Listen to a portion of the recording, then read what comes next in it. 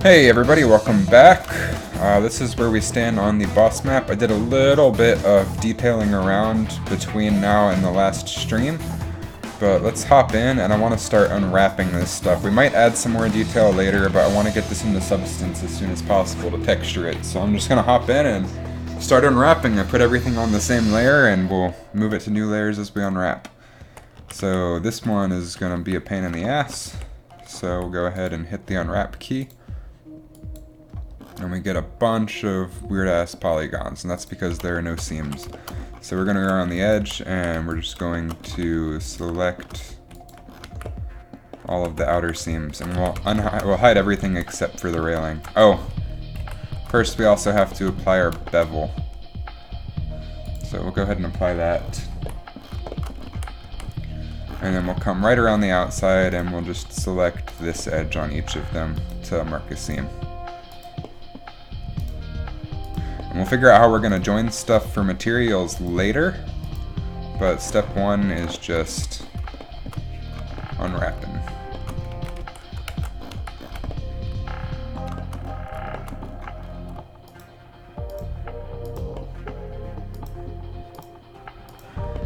Tedious as hell, but a necessary evil.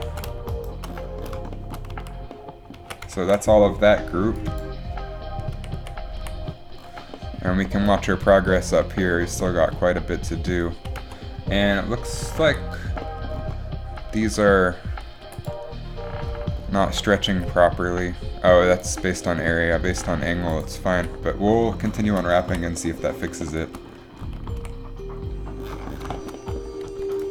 All these are done, so we'll go ahead and hide those.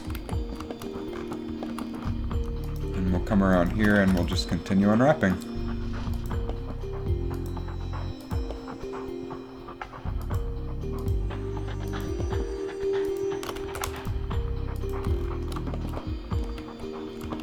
Looks like we missed one.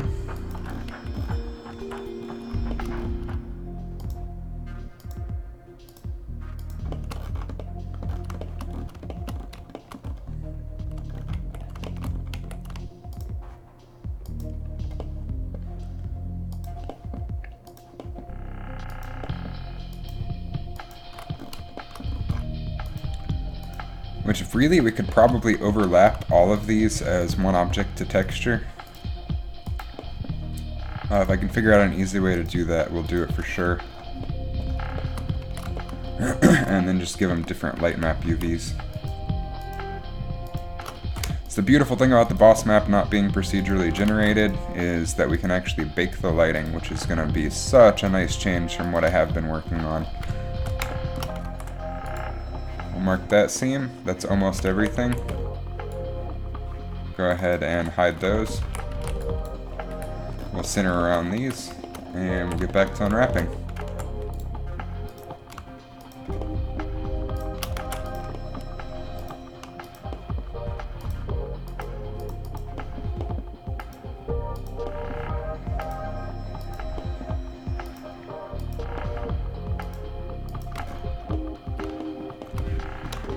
Because all of these should technically unwrap the exact same way. We hit unwrap. That gives us all of our nice railings there. We'll worry about overlapping them later, but we're just going to move these to our lower layer here to designate that they're unwrapped. Then we'll come in and we'll do the next set of railings. And same things for these ones, we'll apply the bevel.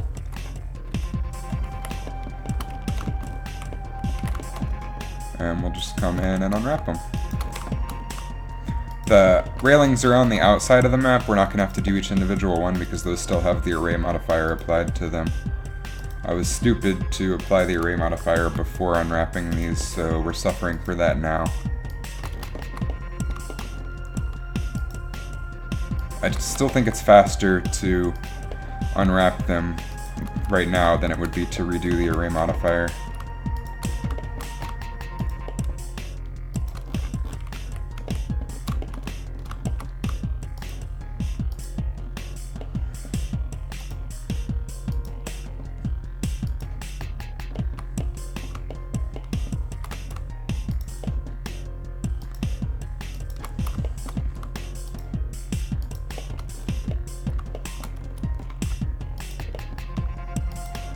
Oh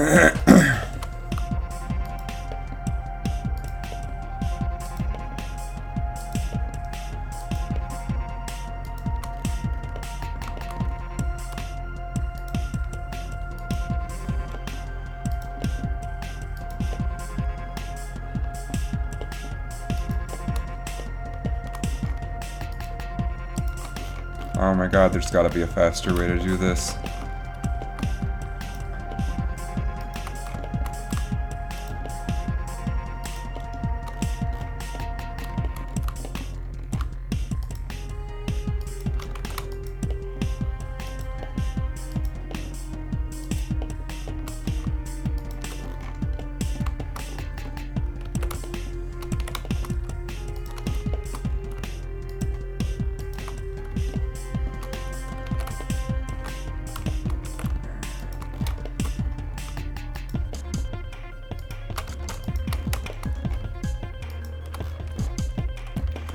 And the edge that I chose was completely arbitrary. I just figured it would be out of the player's view. We also could have chosen any of these 4 edges to still be out of the player's view.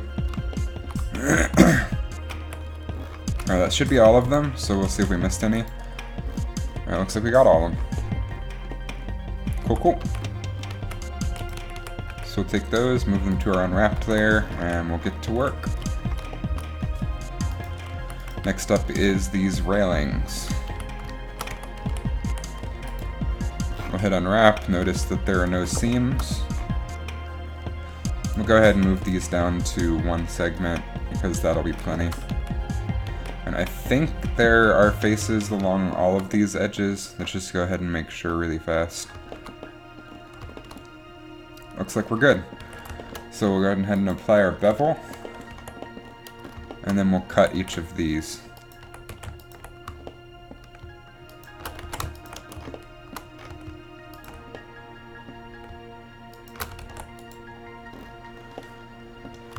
That's 1. This will be 2.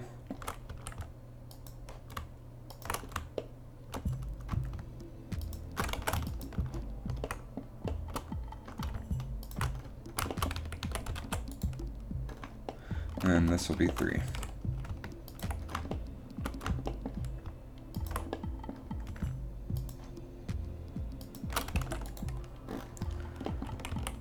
And then you'll notice it's still problematic, and that's because we haven't unwrapped the cylinder parts yet, but we're going to make that easy by selecting just these and soloing them so the end caps don't show up when we're trying to do edge loop select. And we'll go ahead and do the bottom edges for these.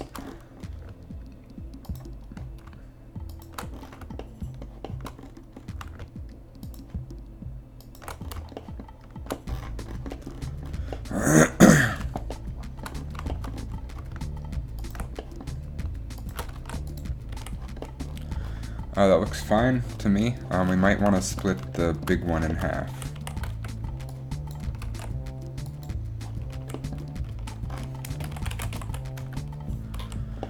Yeah, I think that'll be fine. These don't have to be super amazing or anything. Cool. Now let's go ahead and unwrap this, just because it's an easy one. By the way, I decided to cover up this area so that when the player is facing the robot and they come down, they won't see the robot until he comes up.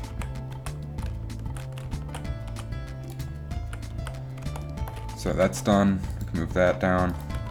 Let's move to this one.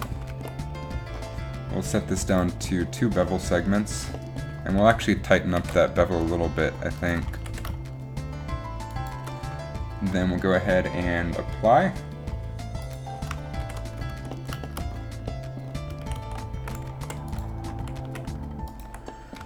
And then this one might just work on its own merits, but I think what I want to do is cut this out so we can easily make it a different material.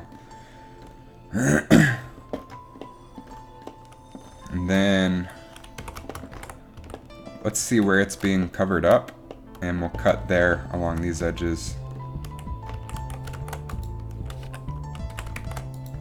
So right here we can cut. Right here and right here we can cut. and right here we can cut. And then along the long side we'll cut one more, just so it's cut into fourths evenly for all of them. We might straighten these out on the UVs later, just so we can add like maybe some stripes or caution sign to them or something easily in Substance. Remember, next we'll do this tube.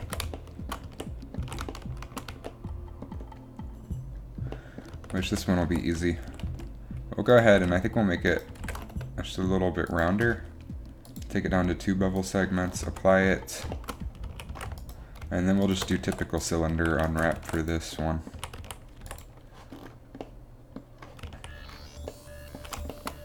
And this doesn't really matter, so we'll just pick edges that make sense to us. We don't need that edge loop. And that's done.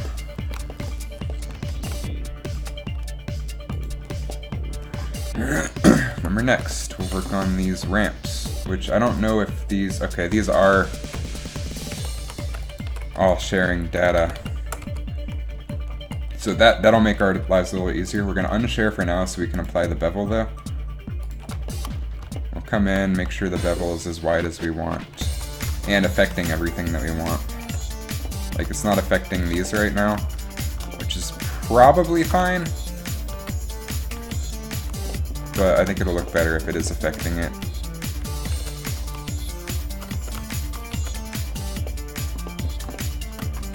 Then we can take these edges that we just beveled, and we can lower the bevel weight on them.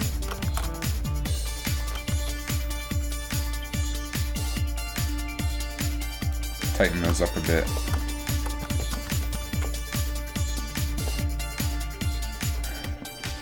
And as far as that's concerned, I think we're good, so we'll go ahead and apply the bevel, and we'll get to work on it.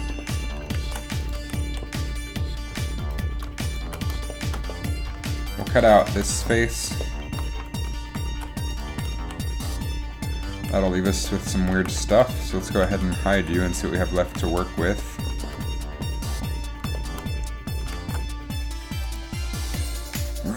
So I'm thinking we can cut along here.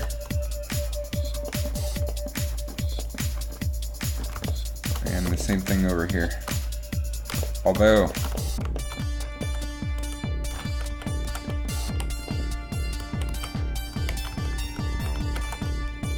if we cut along this, it might yield better results.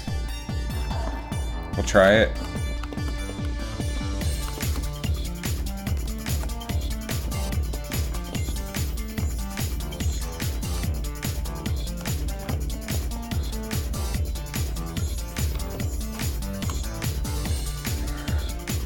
I'm not liking how this is coming out.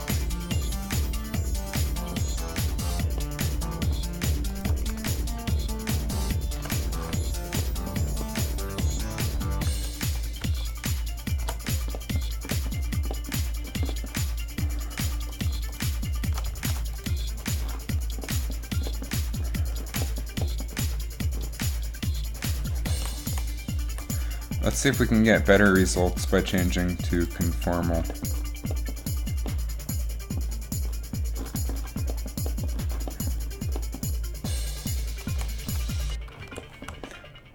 Yeah, I'm not sure, but we'll go ahead and just unwrap these guys next. Which, these ones are easy. We'll just cut along this corner right here to butterfly them out a little bit.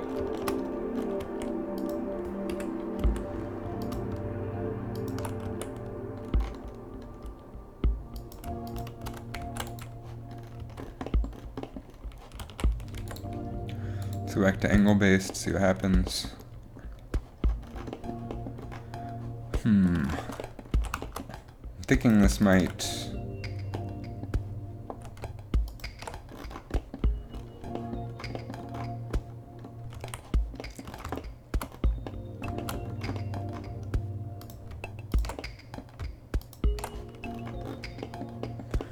So I don't know why these are getting weird results.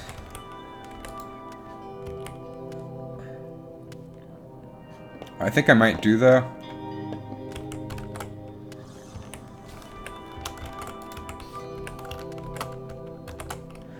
clear all of the seams on this. We're gonna have to re-unwrap from scratch.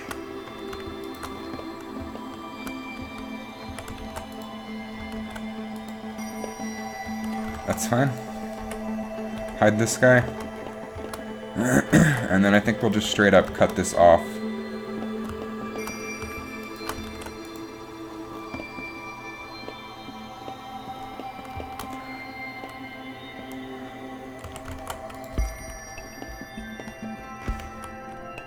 And the scale is applied on this, so that's a little bit strange that that's getting such weird results,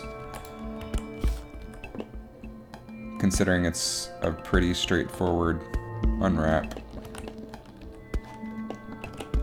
But we'll keep it. I think it'll be fine. This is detail that nobody's really going to be paying attention to anyway.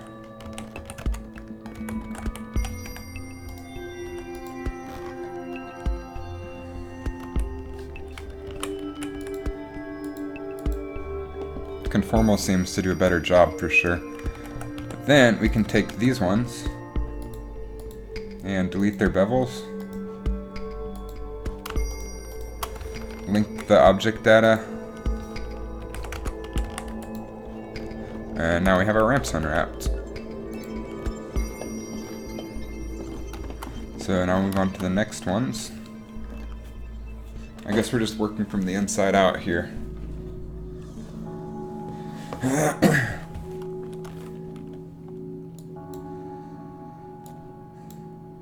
Give ourselves a little bit more room to work on our UVs. These are also connected, so for the meantime, we will unconnect those. Looks like our bevel's already applied.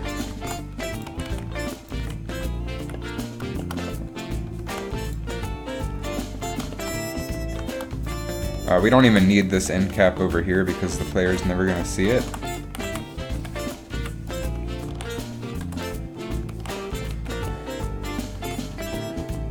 It looks like the lights are already unwrapped. So, good on us. I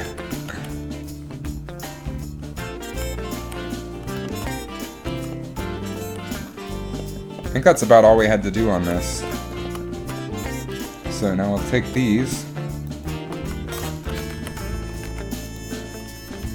join them all, unwrap them, and now we have those ramps done.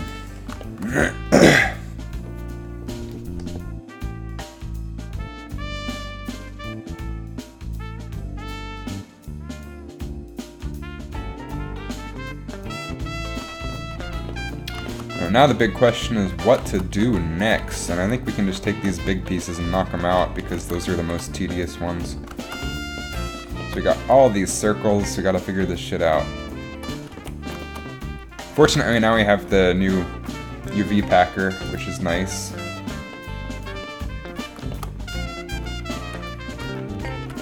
We'll save, just in case, we'll apply the bevel.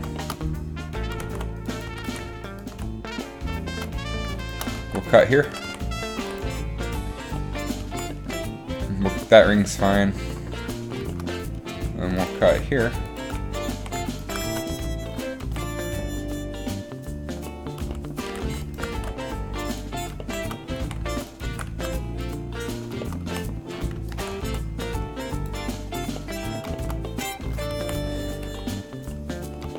And I think the robot is right here, so that's where we're going to be looking, so we'll put the seams on the opposite side.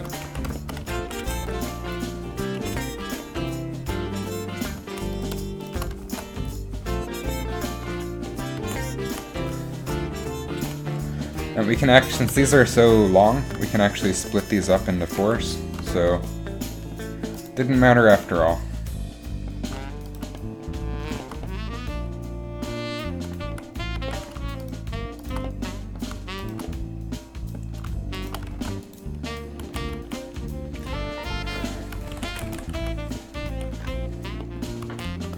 And the UV packer will help with that. I'm pretty sure this is going to be its own object, so we'll go ahead and do that pack.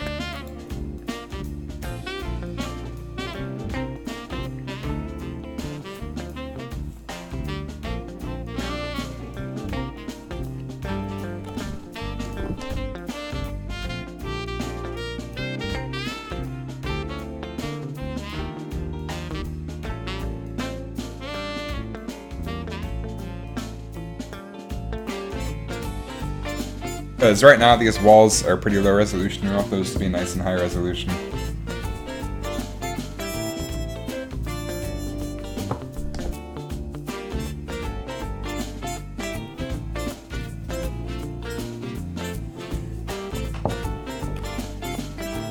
It's thinking.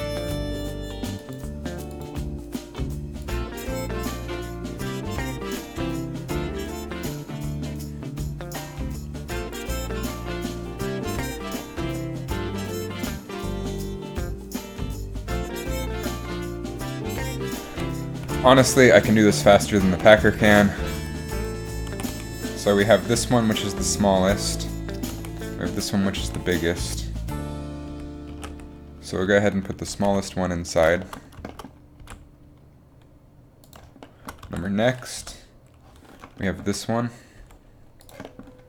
And if these aren't scaled perfectly, like, that's fine.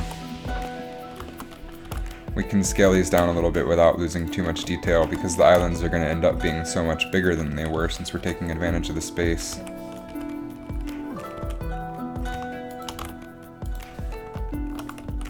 So we'll scale those down for now, just so we can fit the other ones in there.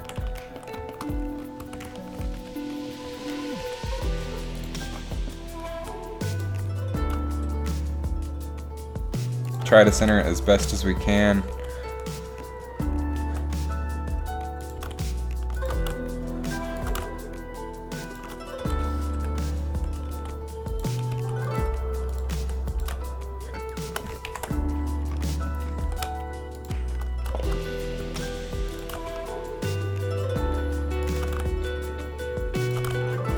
Take up as much room as we can because, I mean, a little bit of extra detail is always good.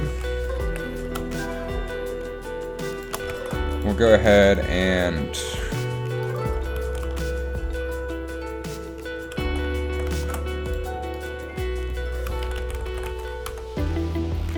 snapping the cursor apparently does not work in the UV mode.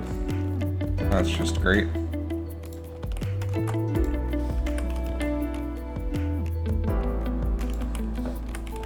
We'll get all these as big as we can. And that'll give us a lot more room for these islands.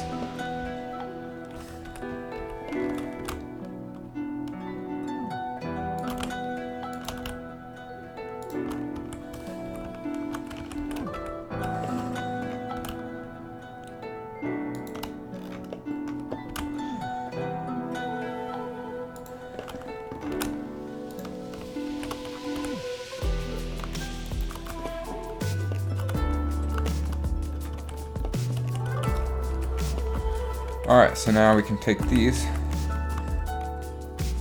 match them up with each other.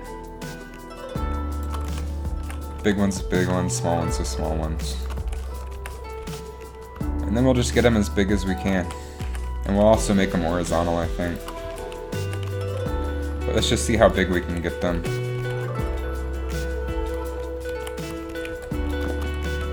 So put these right next to the circle. We'll set our cursor location to 0, 0, and then we'll scale based on cursor.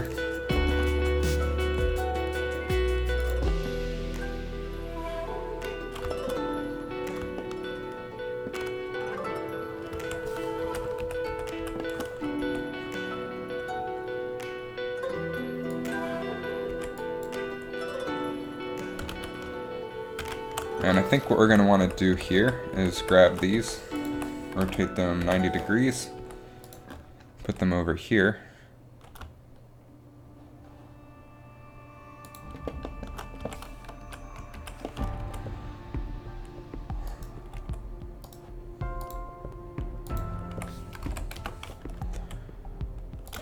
We can fit that one there. Again, we need these walls to be pretty much as big as humanly possible because they're going to have a lot of detail.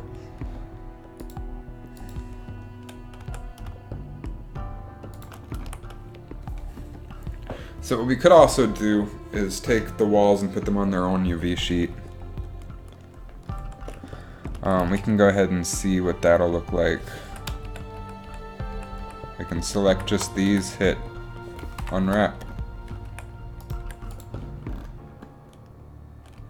And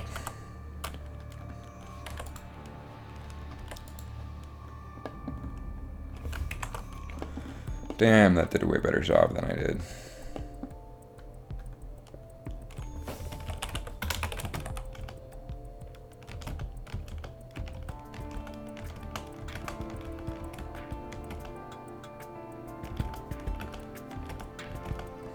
Let's go ahead and see what the automatic packer comes up with.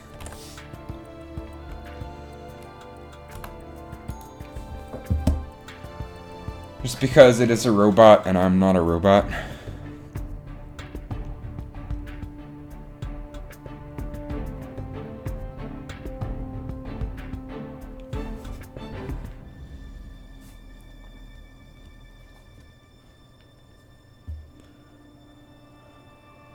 Uh-oh.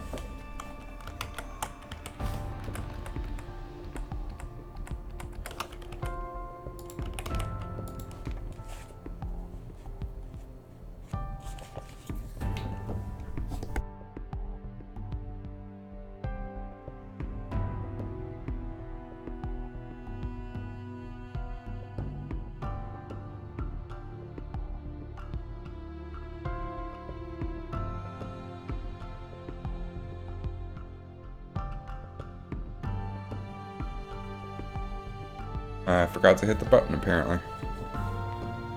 Oh. Oh, man, this automatic packer kind of blows.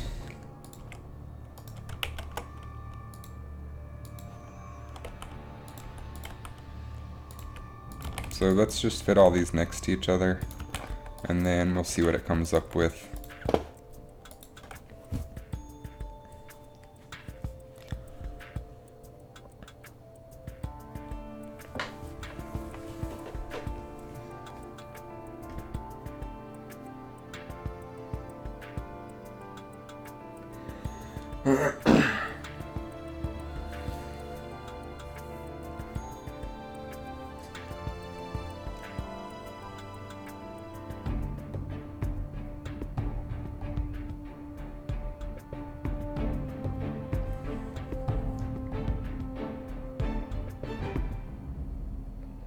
It's really unfortunate, but what I'm thinking is we're going to have to take all of the circle pieces and put them on their own map, and the walls and put them on their own map, just to get the most out of our texture space.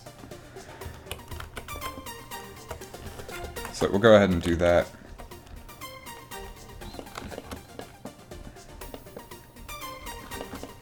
We could even split this up into quadrants, and just do just texture one quadrant and then duplicate it around, but I don't want to get that crazy.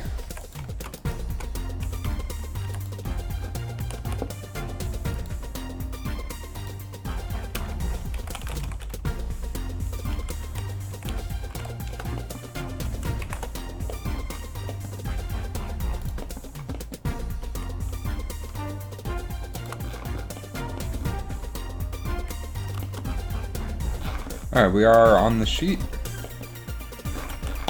So the walls are done. And then we'll go ahead and scale these up.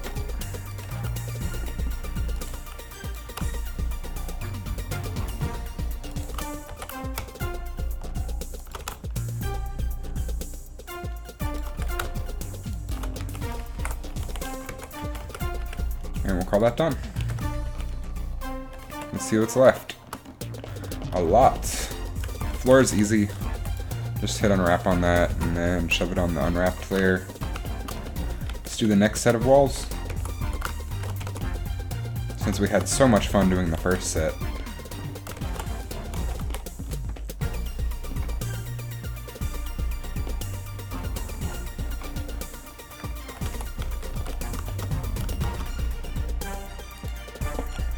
I think we can tighten up these bevels a little bit.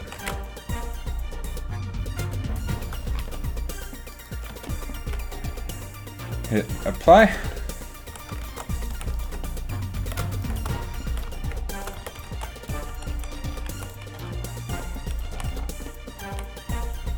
Unwrap it.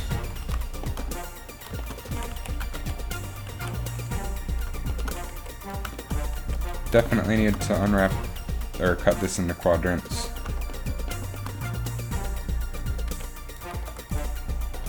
to give us our walls.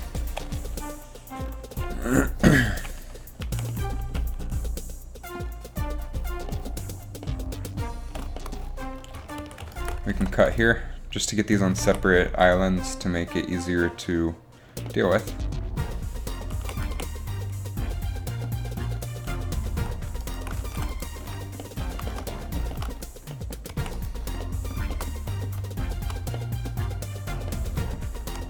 Anything that even slightly resembles a wall, we're going to want to cut up so it'll fit better.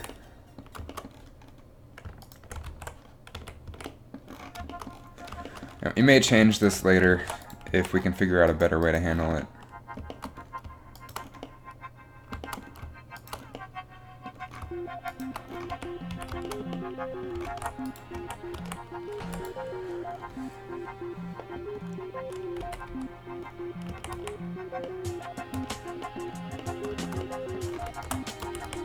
And these will be closest to the player, so we'll try to put the other stuff inside. This is not going to be visible, so we'll make it the smallest. And this isn't going to be particularly visible either, but it'll be more visible.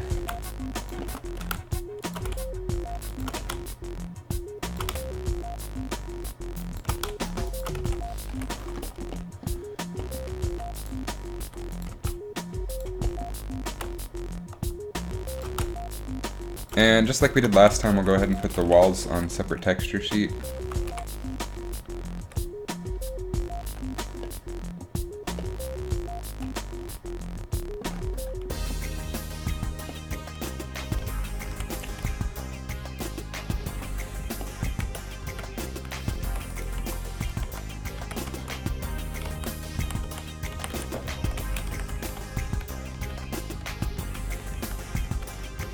It'd be nice if we could get them all horizontal.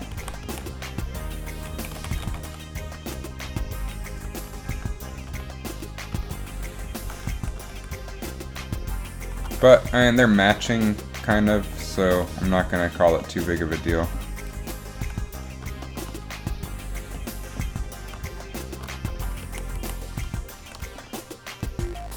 There.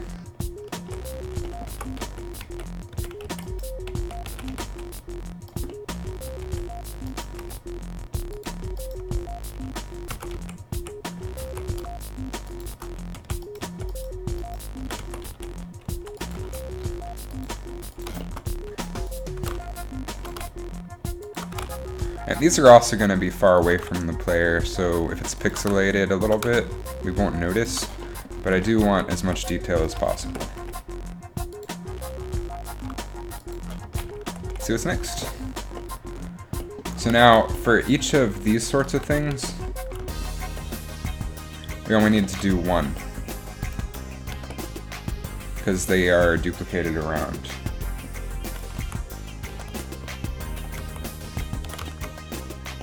So we'll pick the easiest one in terms of angle to work with.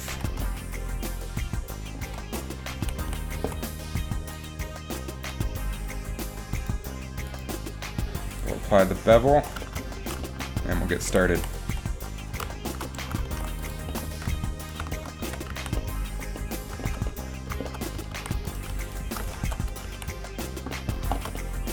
In this case, the top one is going to be the least visible. Try to pick invisible edges to put your seams in places. It's pretty much common sense, but you'd be surprised.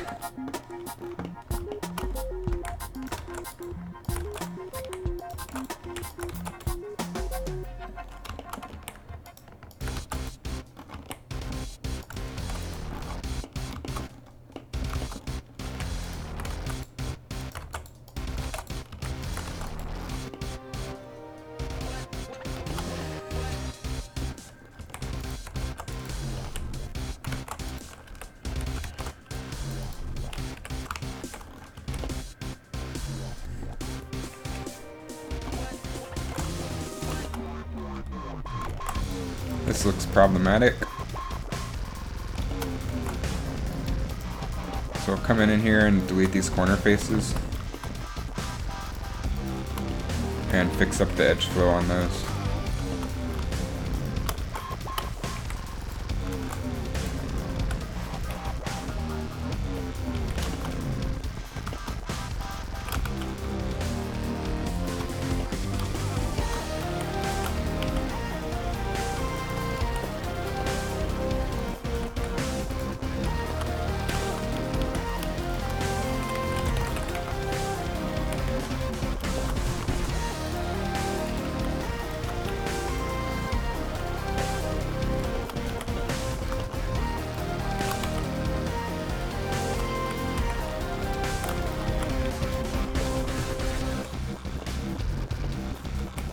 And we have a couple options for when we bring this into Substance in terms of, since these are duplicated around, we are going to need the occlusion pass in Substance so we get proper dirt and grime built up in the crevices. And the easiest way to do that is we're just going to bake an occlusion pass out of Blender most likely.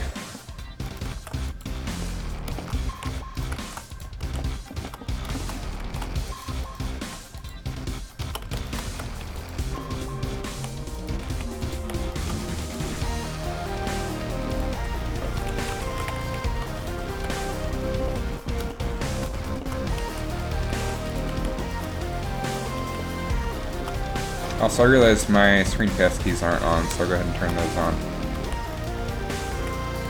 Not that anybody's watching, but just in case.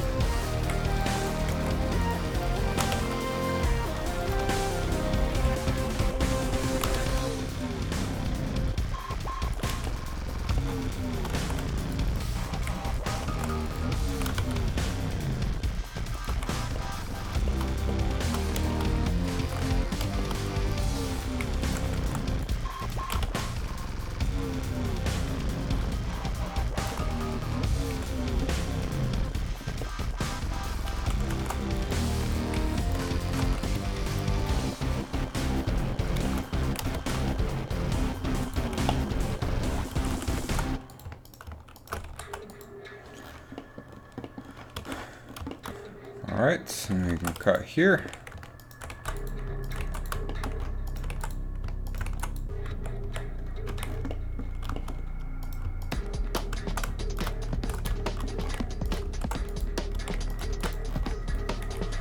And then we will cut along the bottom edge of this pipe. That should be everything.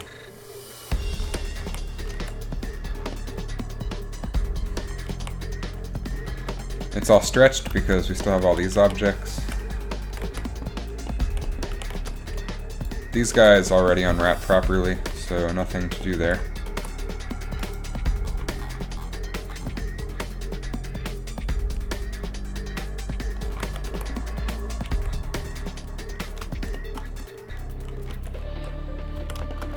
We'll unwrap along the back here.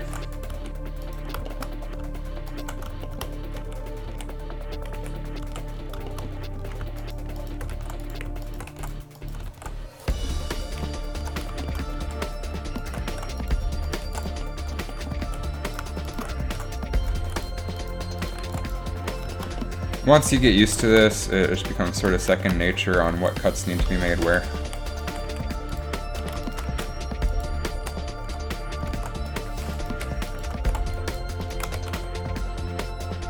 And these fixes just need to be made.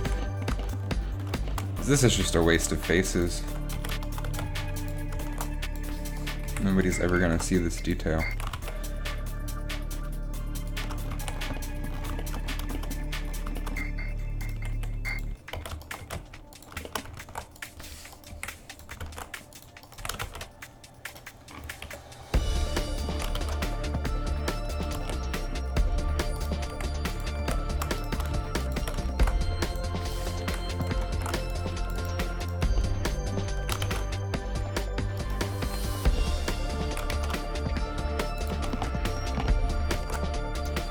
Cool.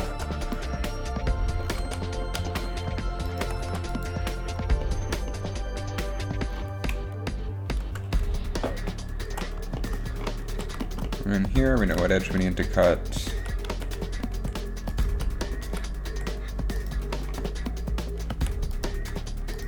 Make sure there's nothing doubled up or screwed up. We didn't bevel this, that's fine. It's far enough away that nobody will ever know the difference. I don't know why I'm so adamant about having things beveled properly anyway. And then one more round of these to make fixes too.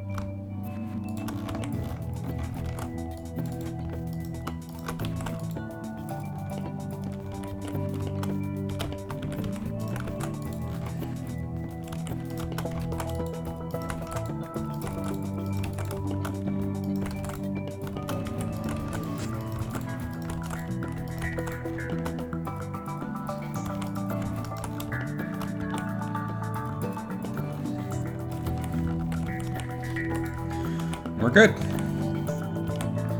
And we can go ahead and try to pack these better. Oh, hey Atticus. Oh, you, like we said before, you're not obligated to show up every time. How's it going today? I saw you released a new animation. I got the YouTube notification this morning. I haven't watched it yet, but I will.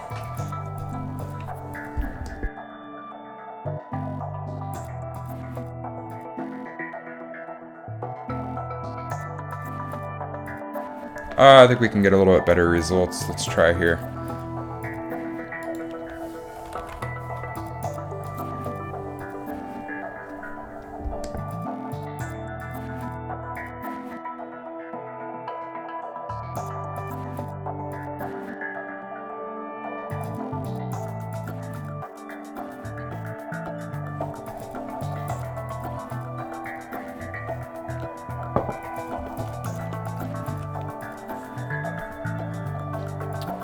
And it's taking its time.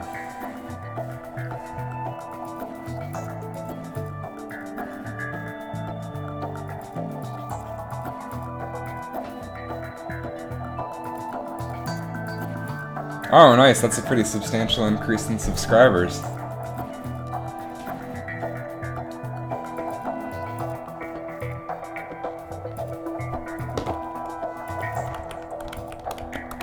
Alright, so I think this is a little bit better. We'll keep it for now.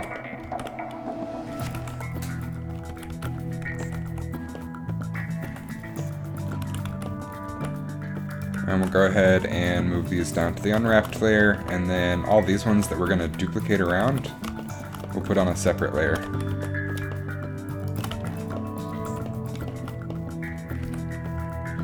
We'll just put these right here.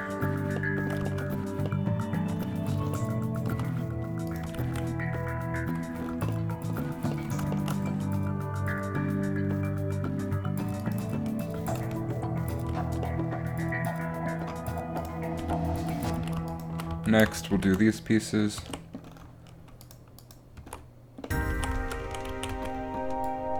Don't need all these edges.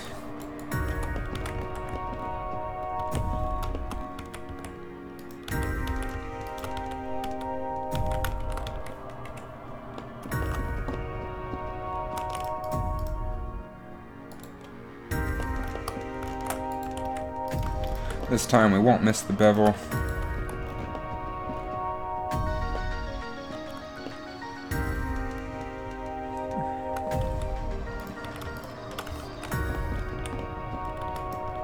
And we'll apply.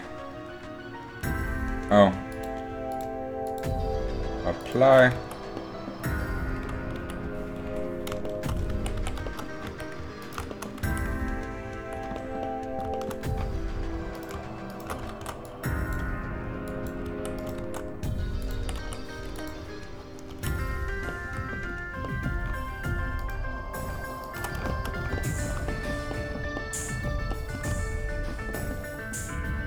Cool, cool.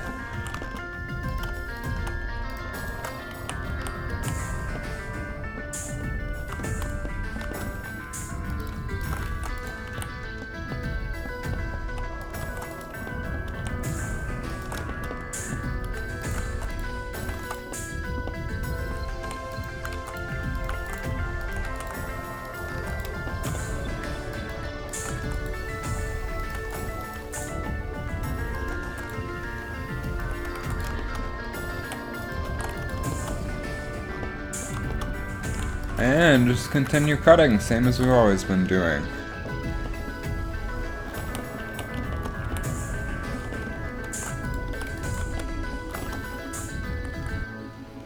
Slide this one back into place. I don't know how it got distorted. Oh yeah, and back then I didn't know. I didn't use a hairbrush, which regrets. Man, if I knew the things back then that I know now, I would have been so much more popular.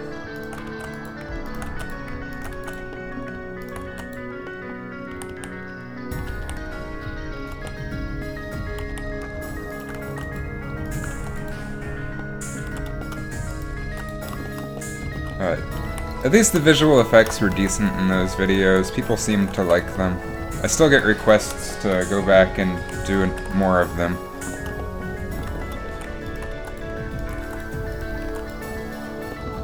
I enjoy doing my own things rather than pop culture stuff. And with this pipe right here, we'll split it in half and hide it with an extra ring just so we can get stuff smaller on the UV sheet.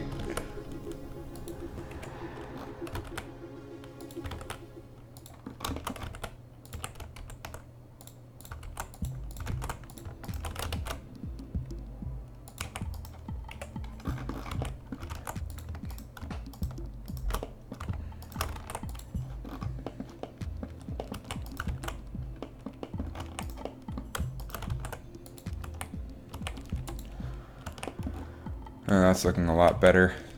And then we'll go ahead and do a smart pack.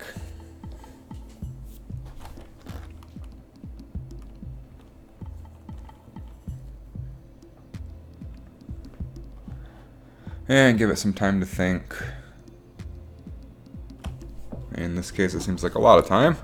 Jeez.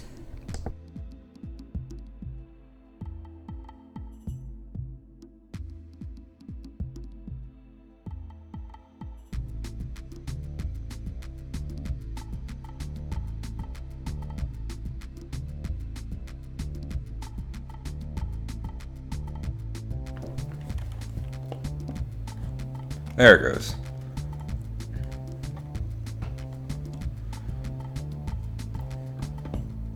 And that looks pretty good to me.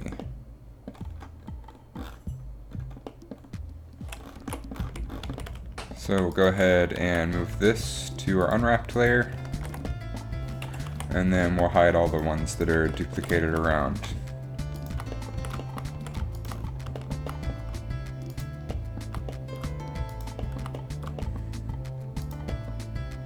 Because we'll just duplicate the same textured object around in Unreal, and that'll be fine. Remember, next, we'll put all of this on one.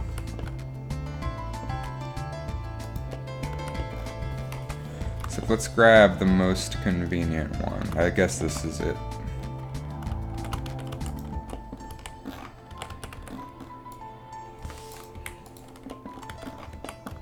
We'll save this as a new iteration, just to be safe.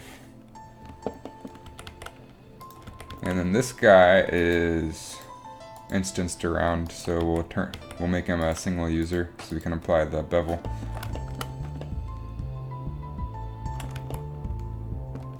Same with this one. I don't know why that's getting a weird artifact, but nobody's ever gonna see it, so I'm not too worried. I think we can even tighten up this bevel a little bit. And we can remove some of these bevels.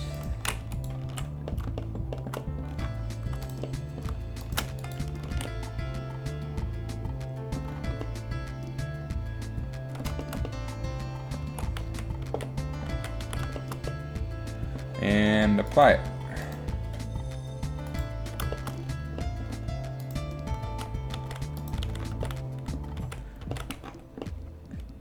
And we can go ahead and apply this bevel. And apply this one, then we'll join everything.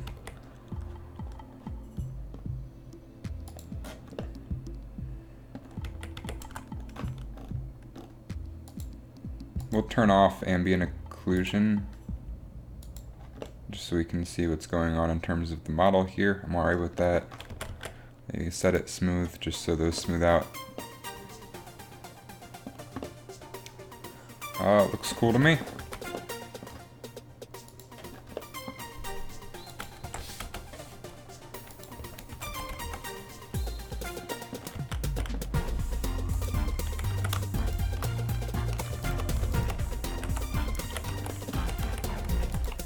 Hit the unwrap button. Obviously there's going to be a lot of stuff we need to do here.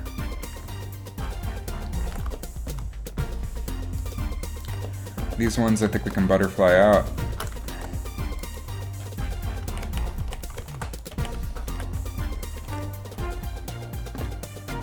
Oh geez.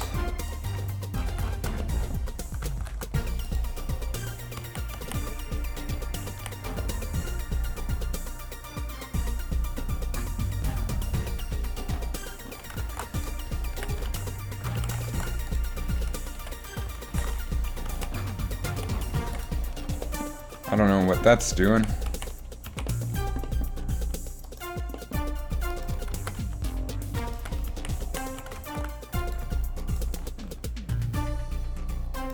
Wow, that is weird. Oh, I see what's happening here. We have some extra faces that are in the way. Much better.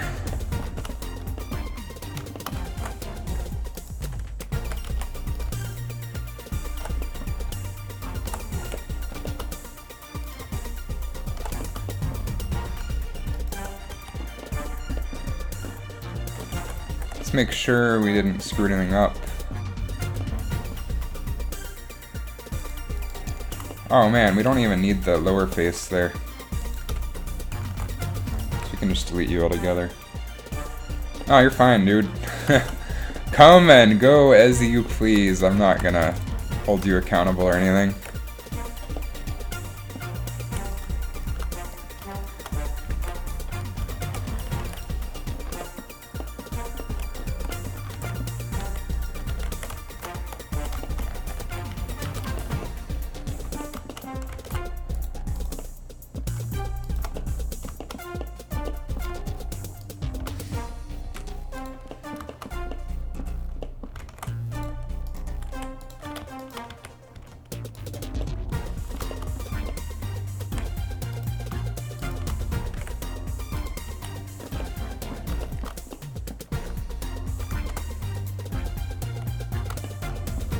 I think this might be a better edge to cut around. Or not.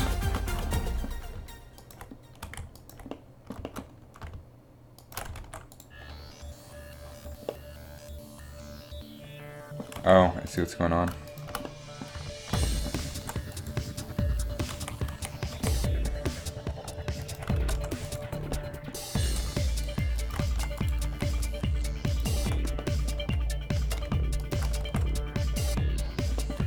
Yeah, I think that's definitely going to get a better edge to cut around.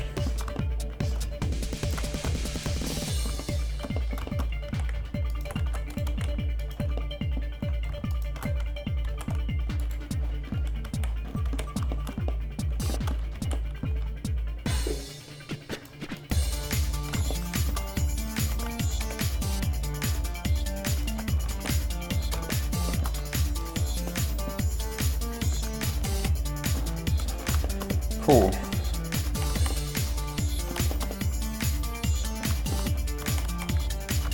And I think we can cut around the corner here. Or, let's just see what happens.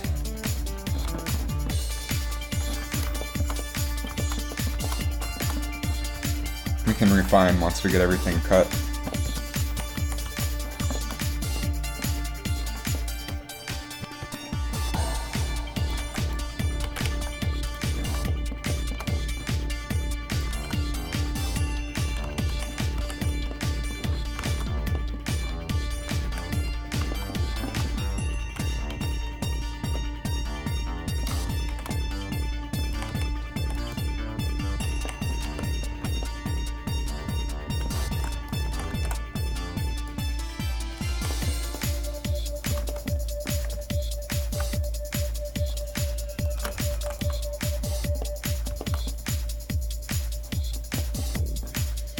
That'll be fine.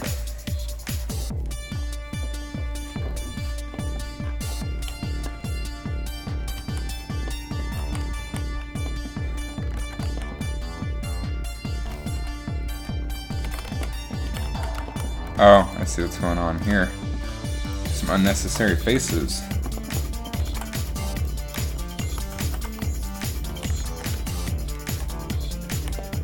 So now everything's at least unwrapping. Let's go ahead and fix this one up. And we can triangulate these, or we can...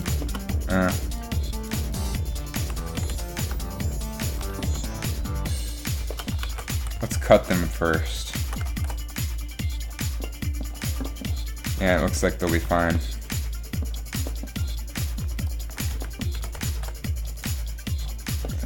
And this will be fine.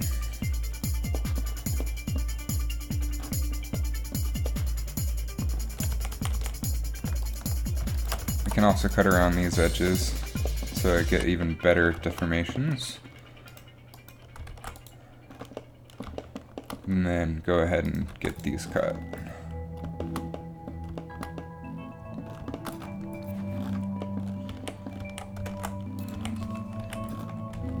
Those are pretty long, so we're going to want to subdivide. We're going to want to divide those cuts, so we'll cut one more corner and try to keep it even. Looks fine. And then same with the outside.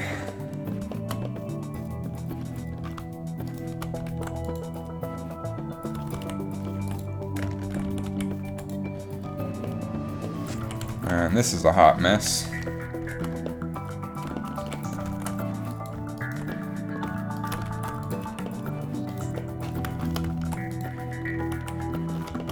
I think we can cut this in half.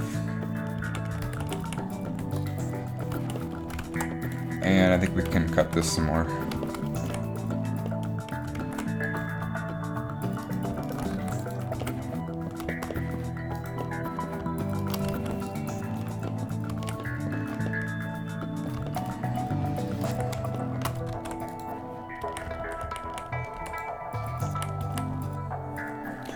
Looking cool.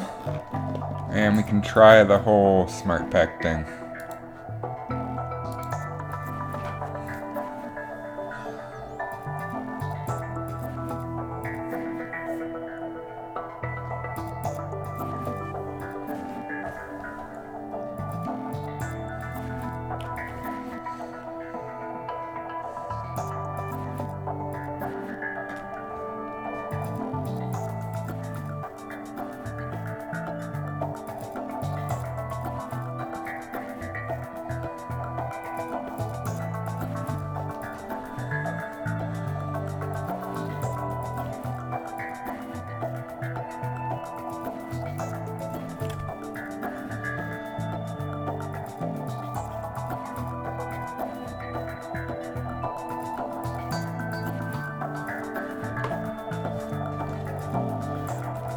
And give it a second to figure it out.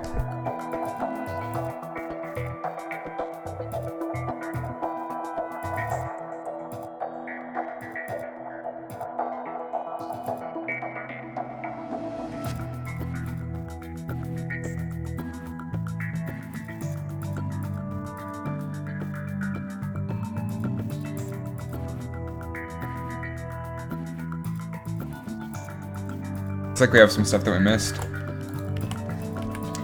So I'm going to, aha, I see what happened here.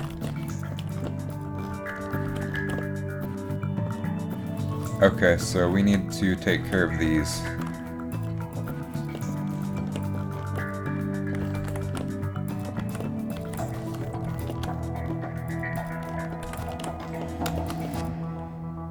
This is pretty easy. We can just cut all these edges except for one.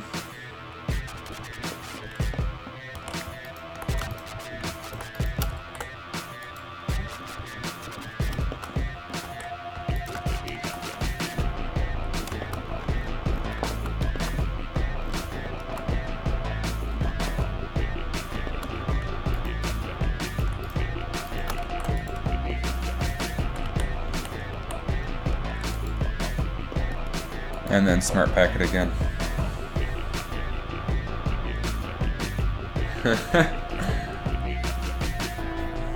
You're fine, Atticus. No worries.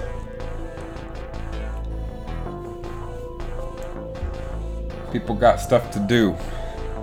I understand that. I'm here regardless of whether people are watching or not because I want to make time lapses. And YouTube is essentially my recording hard drive.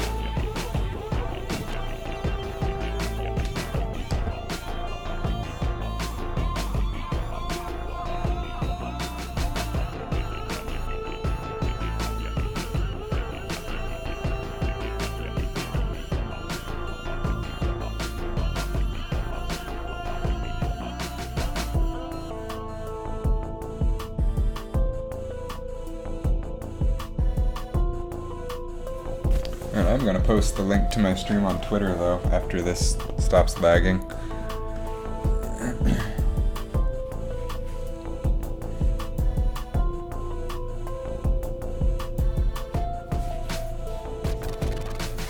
Alright, that looks better. It's not perfect, but it's tolerable, I think.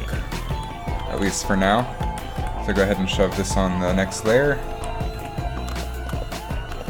And we'll take all of these and put them on the occlusion layer.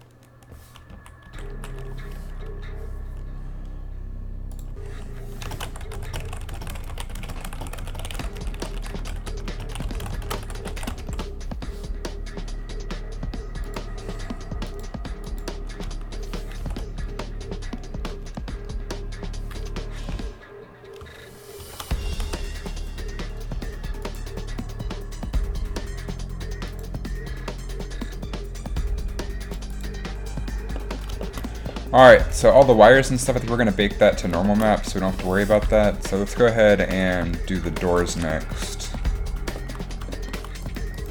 These are primarily going to be textured. Like, we will take the keypad and give that an extrusion just to make our lives a little bit easier, though.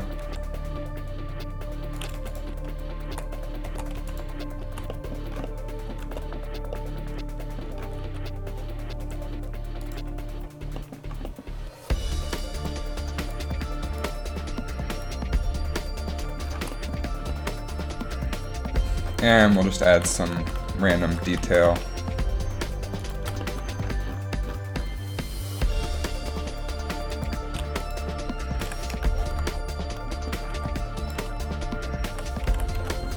And I could even just steal the doors from the classic map, but why not make some new doors? Those ones are outdated and I've gotten better at Blender since then.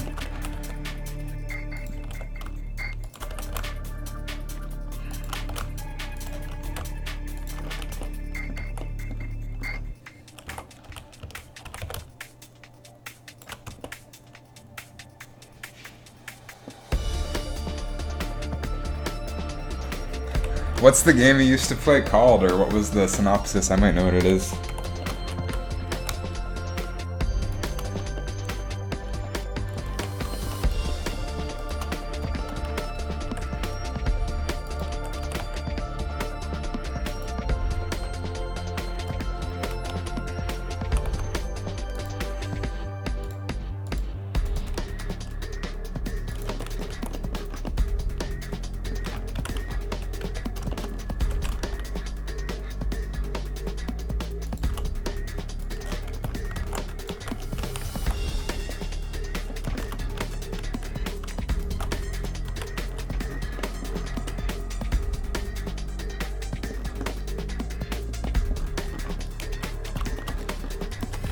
And we might come back and make the doors even more detailed at a later date. But I think we can get away with a lot of this just being textures.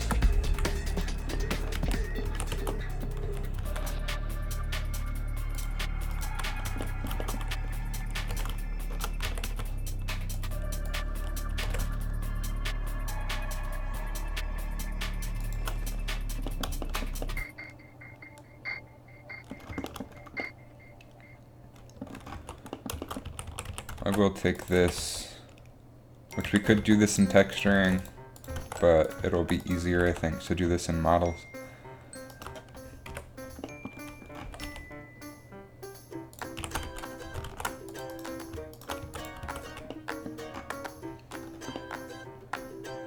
And that looks fine for a door that's going to be really far from the camera. Like I said, we'll add a bunch of detail in Substance Painter, since this will be its own object. We've applied the bevel there, and now we can apply the bevel here.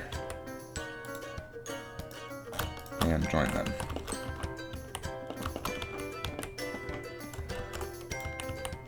Alright, so first things first, unnecessary faces.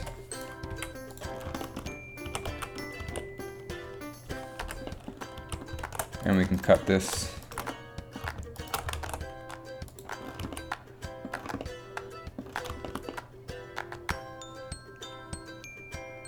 We gotta figure out the best way to cut this guy up, and I think the easiest way is just gonna be to do one of these.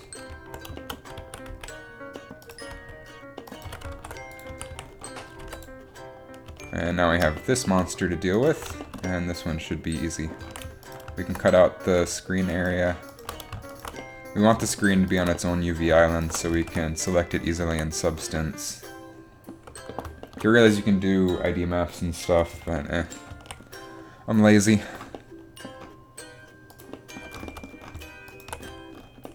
We'll cut the corners of this too, because who cares?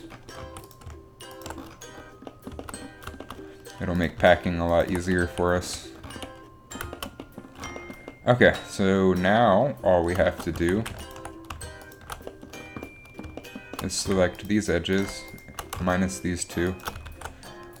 Mark that seam. And that did not do what I was anticipating. It's because of that one edge.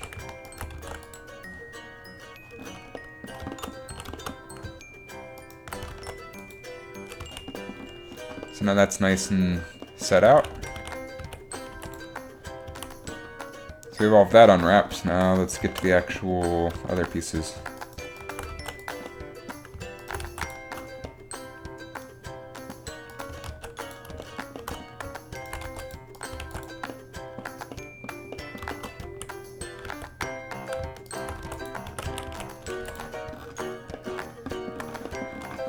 Those look alright, they're not perfect or anything. Dungeon Defenders, I've never heard of that.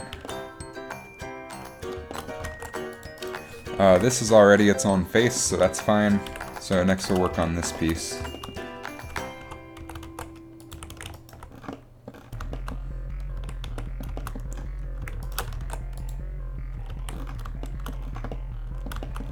So we can cut these areas.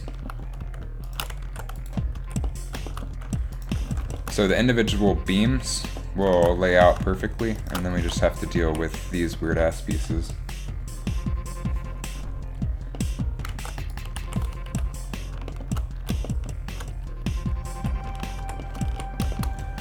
This one I think is pretty easy. We can just cut around here, minus one face, and that'll lay out.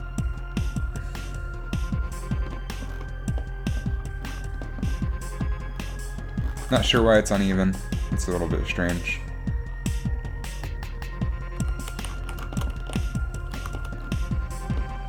And this piece is going to be a little bit tougher, so we'll just cut. If in doubt, more cuts.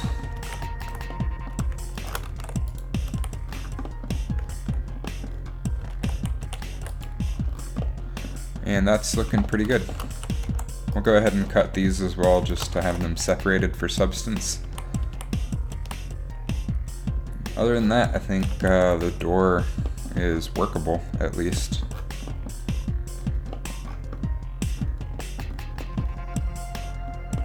This is an Ingon, that's no bueno.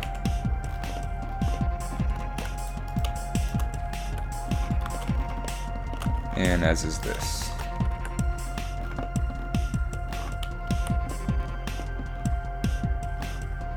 Cool.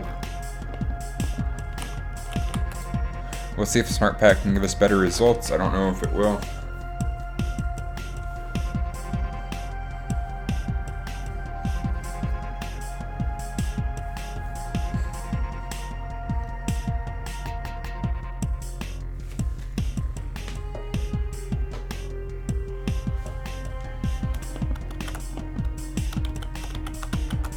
Looks like it gave us slightly better results, so we'll keep it. Move this to the unwrapped layer, and then we will hide off the doors, because we're just going to duplicate those around in Unreal.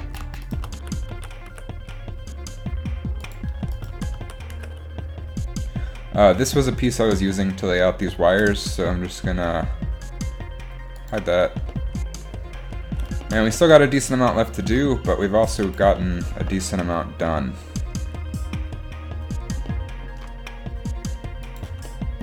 So let's hop on to this upper ceiling area.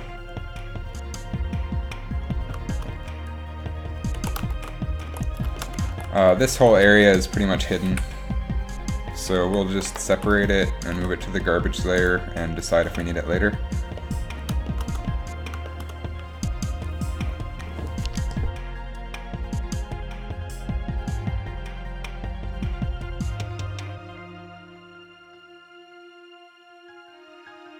And then we will get to unwrapping.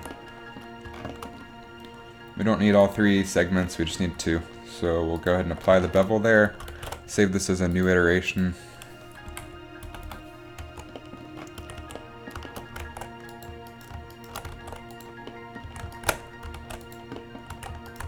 Cut around all of the obvious areas.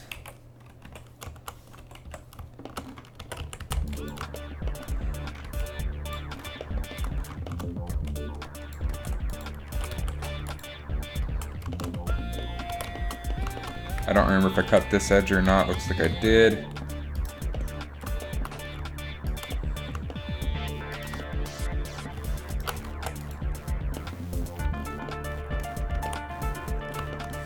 I don't think we need to separate out the walls or anything for this. This is further away from the player than the other walls. It's not going to be as much in their line of sight.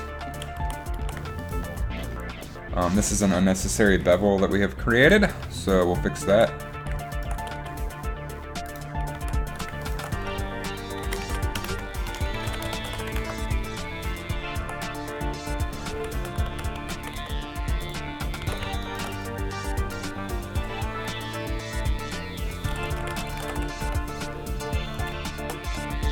And then we'll scale it back in so it matches vertically. Which we could snap to vertex. I sometimes get wonky issues with that, so not gonna bother. We're close enough.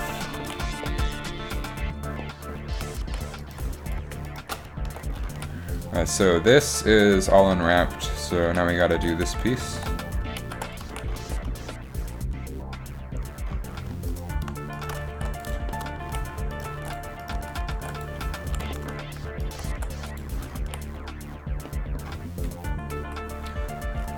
And then we can cut this into fourths.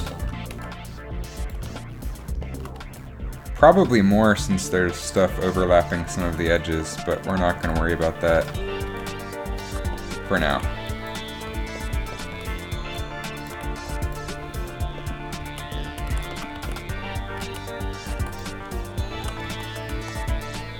Then we can move all these together.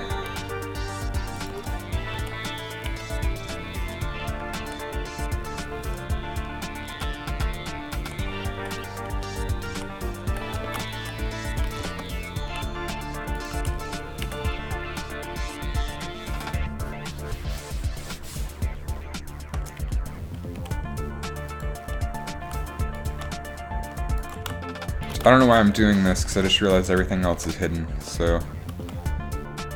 Wow. Let's do some smart packing on that.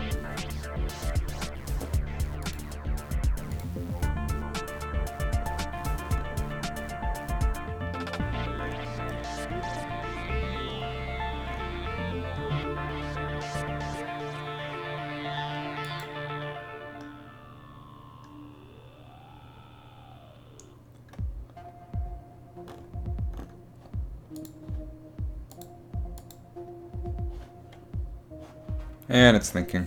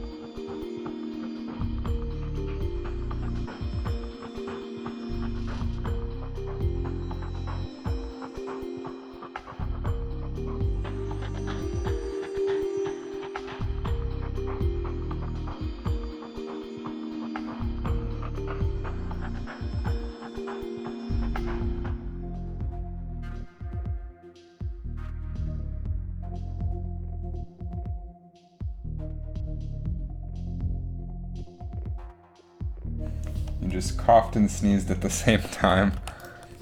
It doesn't sound fun.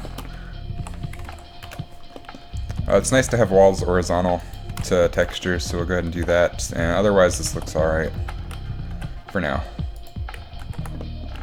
Remember, next, we'll put all of this on the same UV sheet. I think we only need one of these, because they're duplicated around. So let's go ahead and handle that first, actually, and then join them.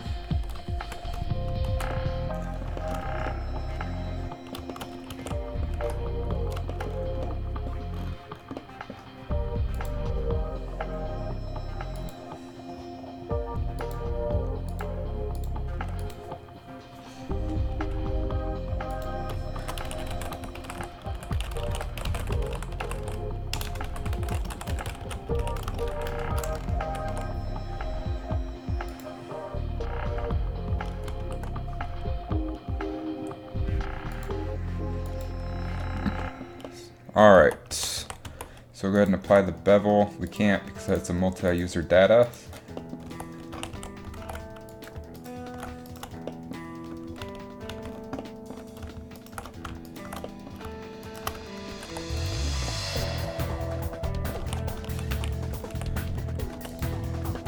That worked pretty well. And we'll do the same thing for this piece.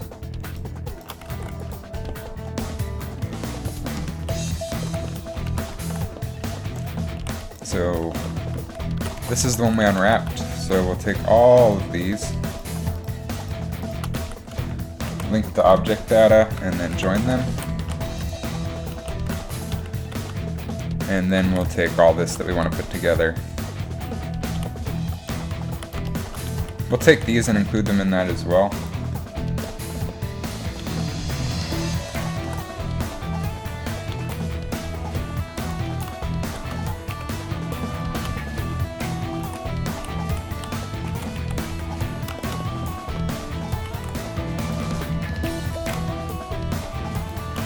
These we can probably get away with just beveling once or twice.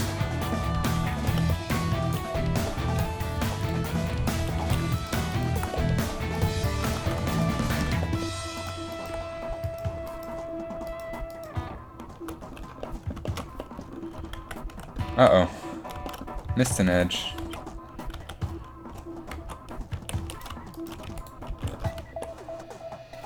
And we missed this edge as well.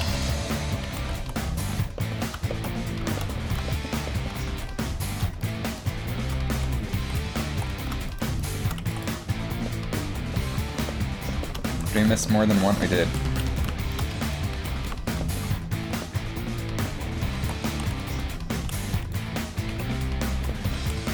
Okay, I think we got everything on that side. Let's make sure we got everything on this side. Now it looks good.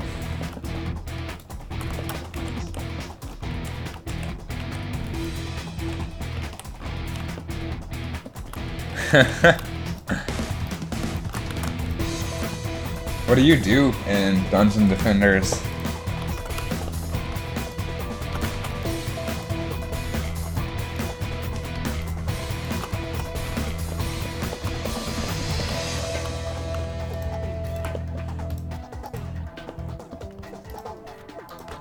Also, how fast is your internet?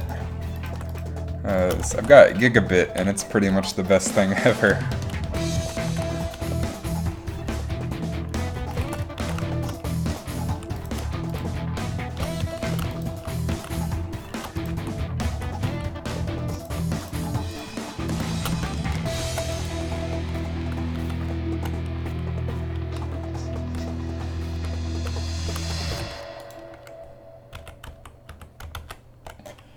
Alright, so linking this object data is not working for some reason.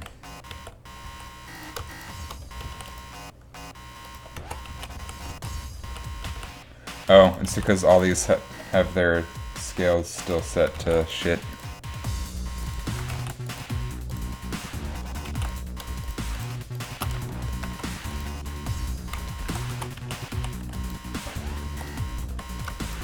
Alright, so now we can take all this stuff. This, I think, might be an array modifier, but maybe not. It's not. But these should auto-unwrap anyway. This is the top part of the map. So this is everything we've done. Down here, pretty much. So now we're working on the top part. I just want to get the whole map unwrapped so we can bring it in the Substance Painter and start texturing this beast. And then get it into Unreal and light it.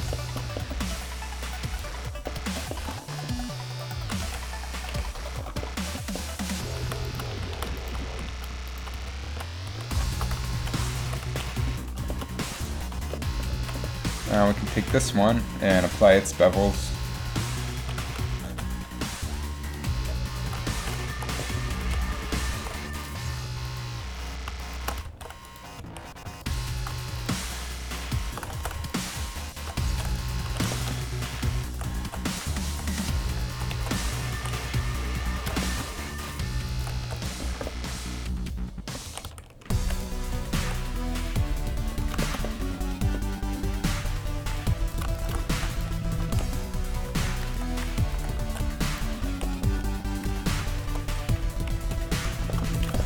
And then come in and we'll divide everything into 4.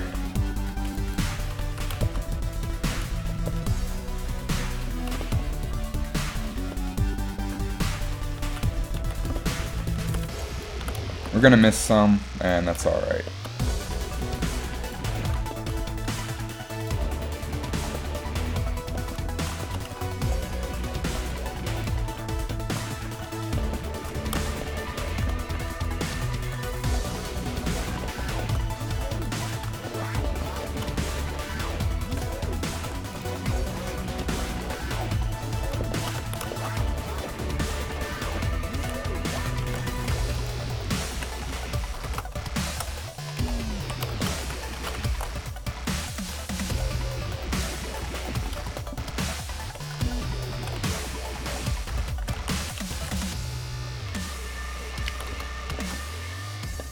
Cool. We missed this one.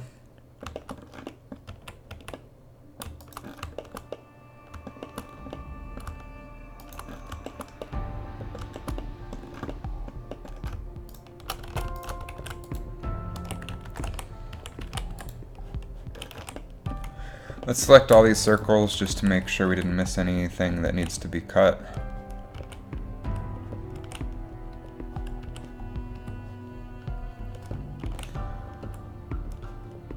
Looks like we're pretty good.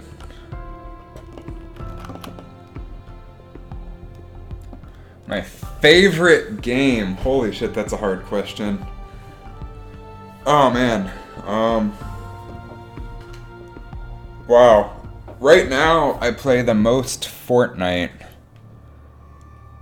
Also really into Super Smash Brothers. Specifically number 4. I'm terrible at Melee. And I love Spelunky. If you like a challenge, Spelunky is a really good one.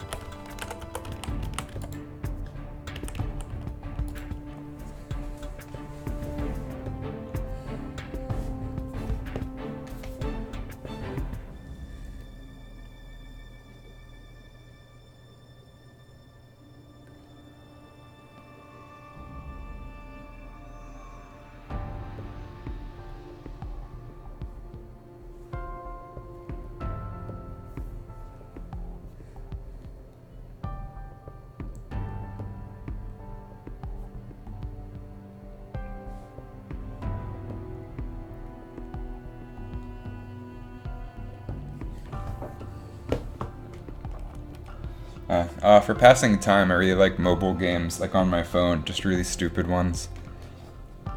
Like I've been playing one recently called Stack Jump, where blocks fly in and the literal goal is just to tap the screen in time for your character to jump up onto the next one. Stupid games like that are great for passing time.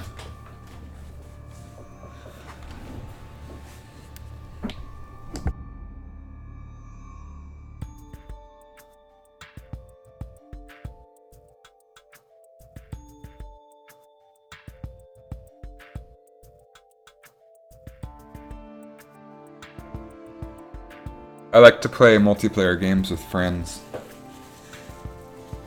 Like on a Friday or Saturday night, that's always really fun. Yeah, this looks like it did a pretty decent job. We'll take it. Alright, moving right along. Let's go ahead and work on these guys.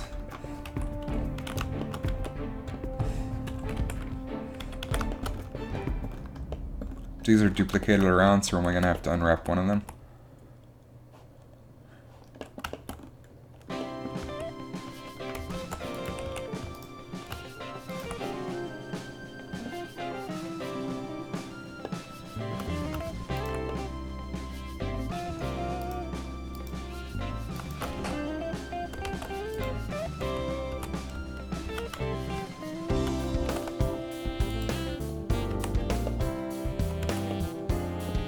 Oh, this is gonna be a pain.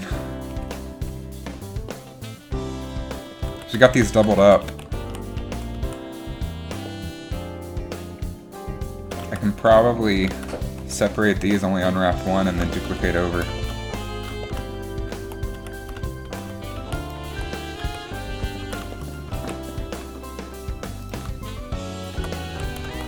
So we'll just take this one step at a time. This is a pretty easy piece to unwrap. Just a bunch of circles.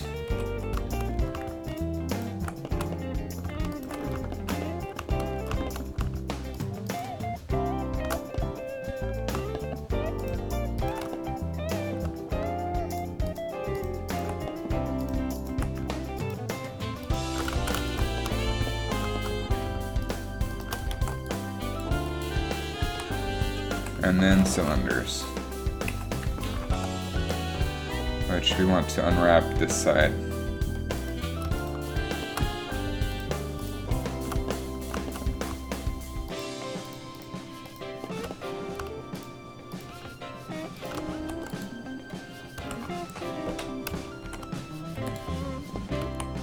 Looks like we missed one.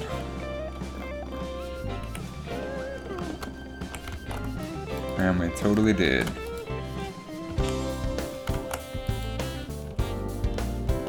That looks fine. That looks fine. Make sure everything's doing what we want it to. This piece we probably don't need to cut.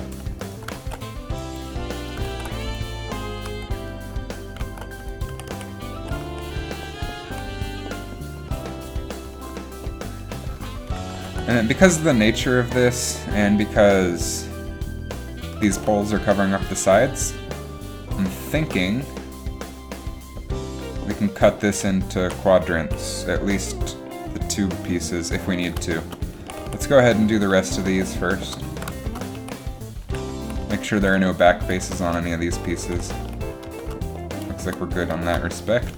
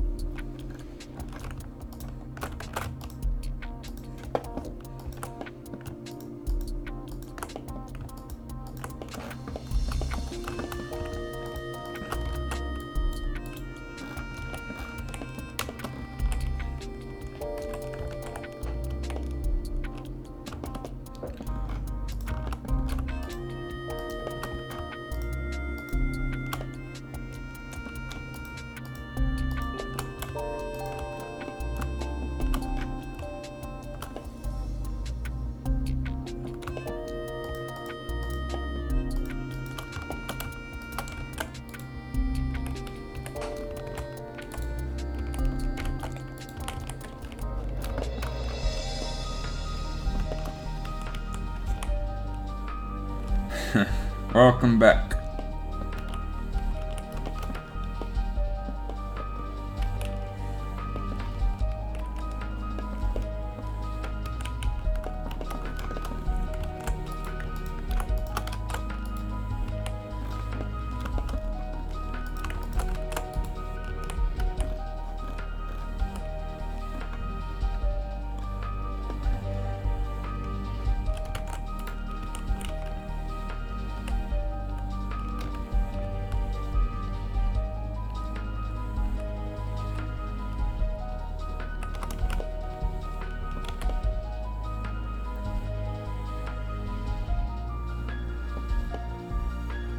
This looks fine. Okay, number next.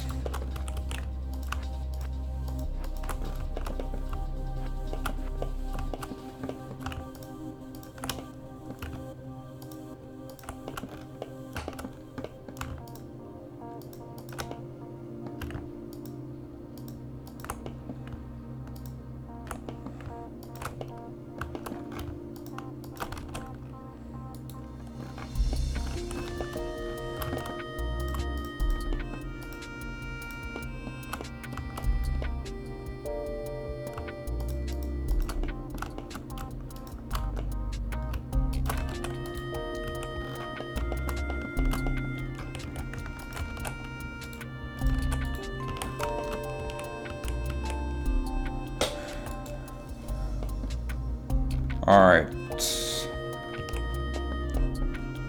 the tanks, I'm probably gonna do like an animated material in Unreal Engine. Make them look like they're full of some glowy fluid or something.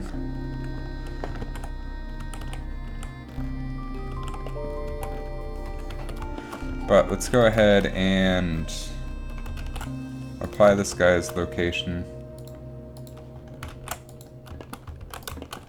Rotate him until he matches with these.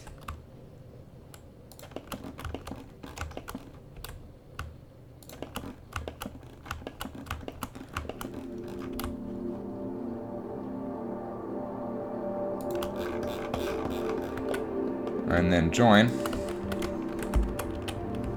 Unwrap again.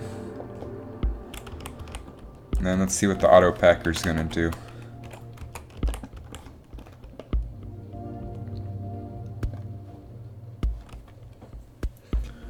But shit, if we want higher texture resolution, I can probably just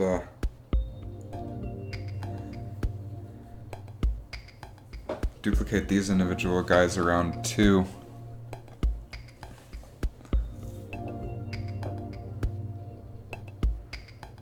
Let's do that. I might make my job harder in Unreal, but it'll give us better texture resolution.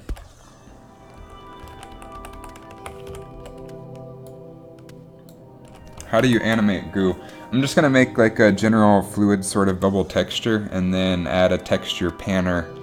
Like you can have it pan your textures or remove them on the UV sheet, so then I can mix a couple of those together to get varying results, so it'll look like there are bubbles floating in different directions inside the tanks.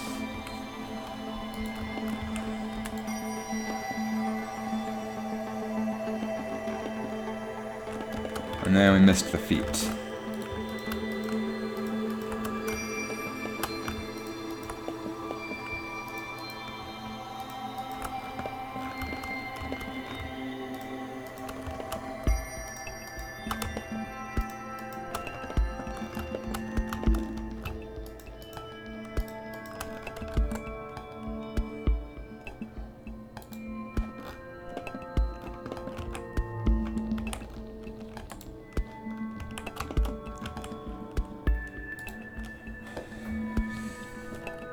Oh, and we want each of these tanks to be individual, I think.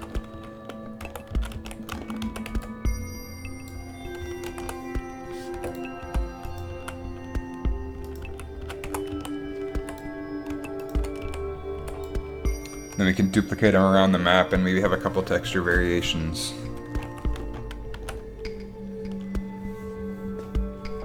But this way we can also change up the order that they're in, so it's not exactly the same all around the map too.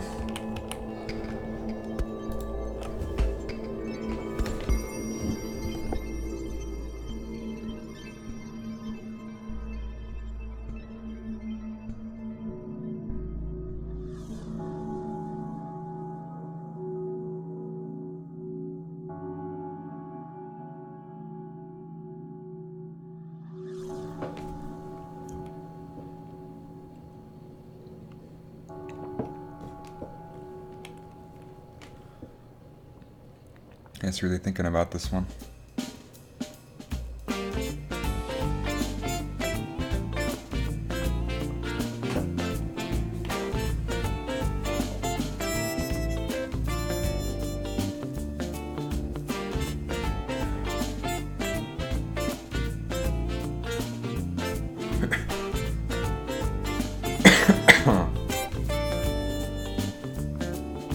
It's 420.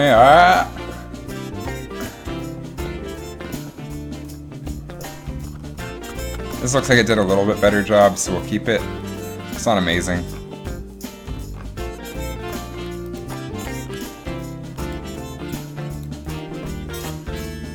Yeah, it's 4:20 here as well. 4:21 now, I guess. I'm in Eastern Time. Atlanta, Georgia.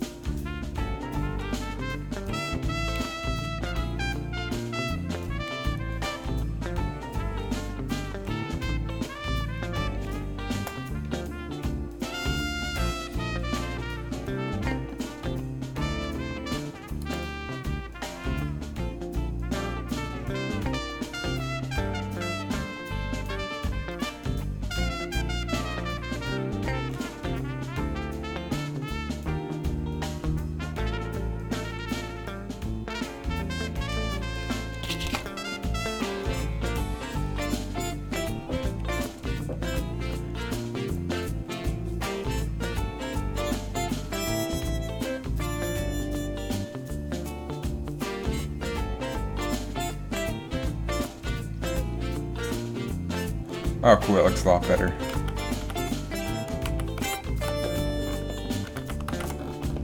Much better.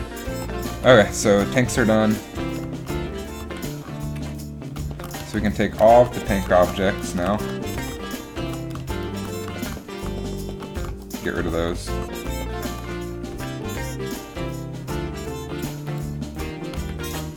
And move these to the unwrapped layer. Now we can do the pillars,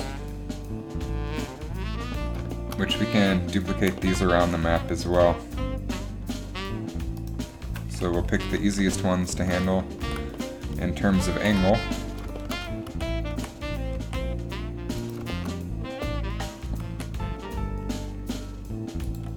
Solo it.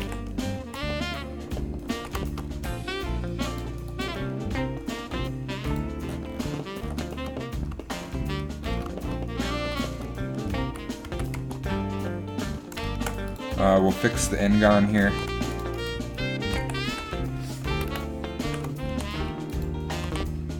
And here.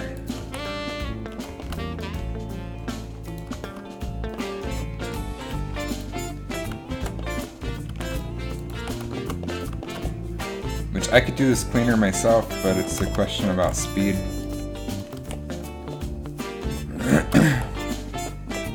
And we'll save, go ahead and apply the bevel.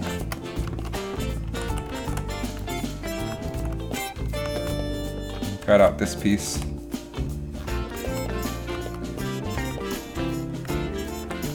Cut out this piece.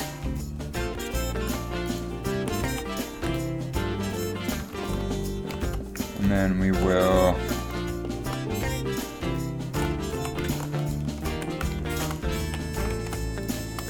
I think what we're gonna do is cut all the way up along here, but stop after the curve.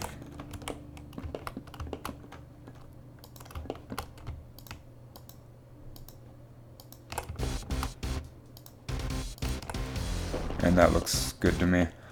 We do have this N-gon here, so we will triangulate that as well. And then we can work on this piece right here.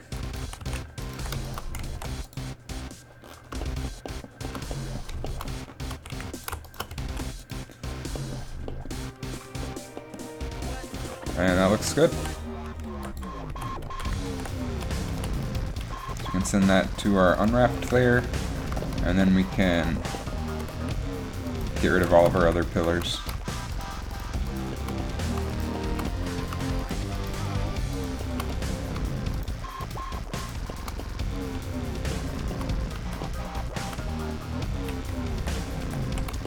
There's got to be an easier way to select these.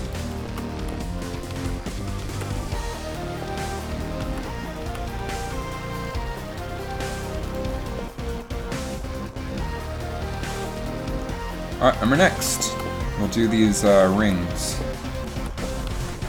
which are going to be kind of a pain in the ass.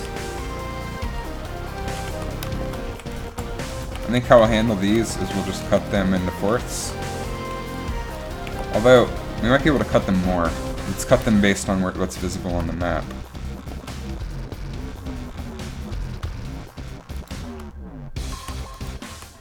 So it looks like these pillars are what divide them up.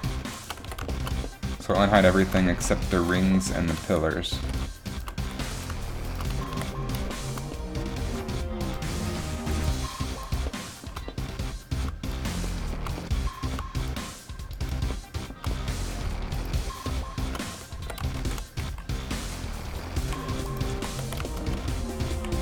Anyway, we can definitely cut these into fourths, I think.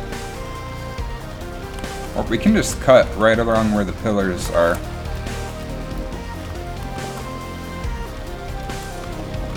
Because they land perfectly on the vertices. And that'll give us a lot of room for the map to pack really tight.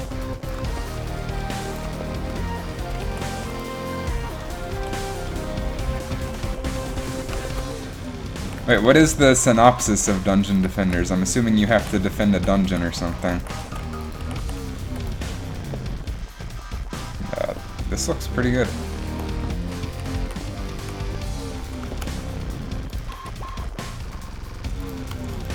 So then we can apply our array, and we can see which of these we can delete, which is all of the top ones.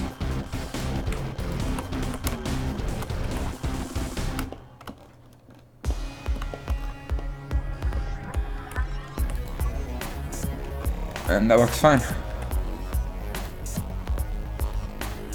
So what's next? We can do this upper ring. And I'm assuming these are instanced, so that's going to make our lives a little bit easier. We don't have to unwrap it 3 times. Oh, 3 objects.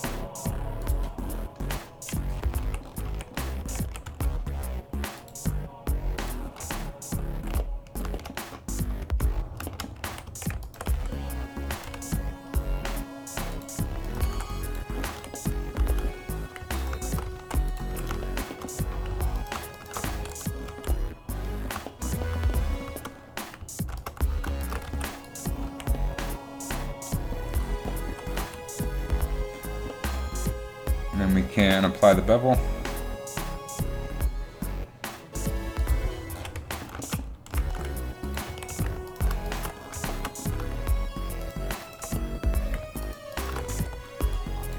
And I think the top edge is going to be the least visible here.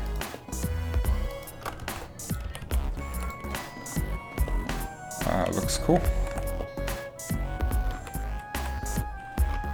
So now,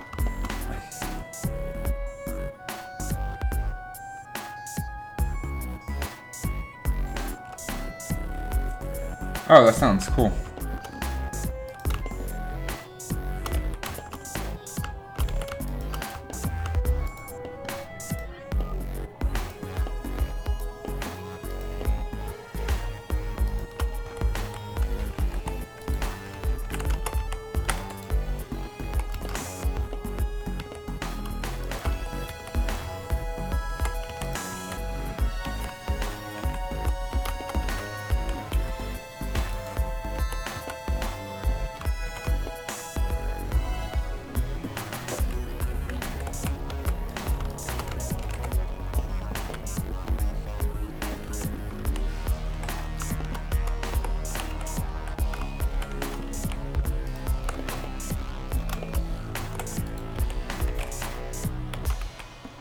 These are all covered up, so we can actually just delete all these faces.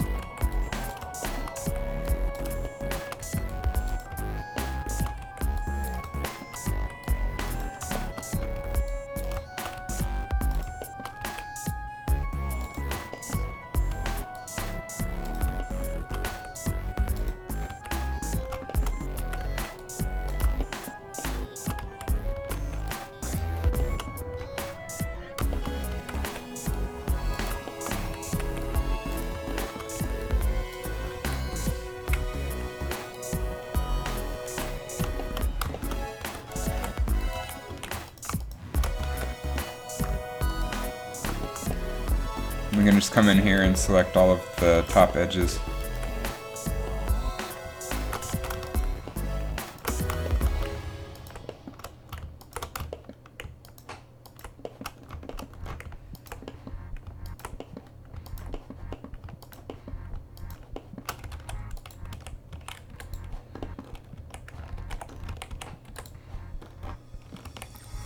And then Smart Packet.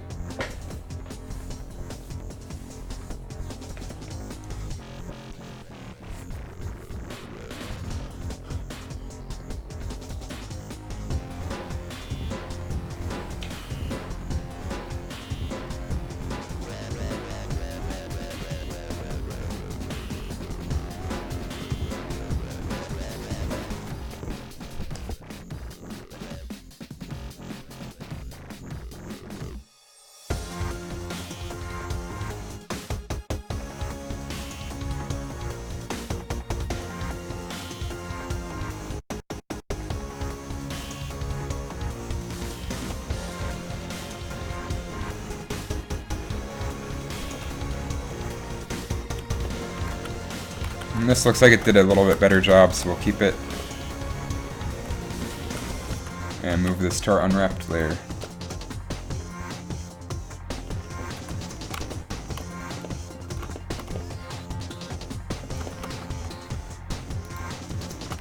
this is invisible, so we'll move it to our trash layer.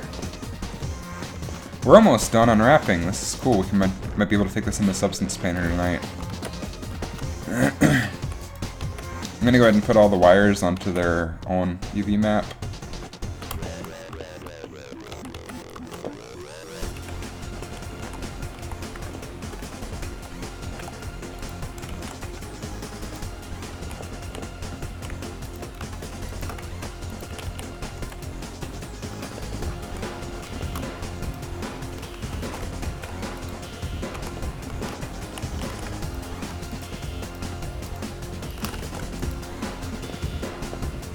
We probably actually want the outermost top edge.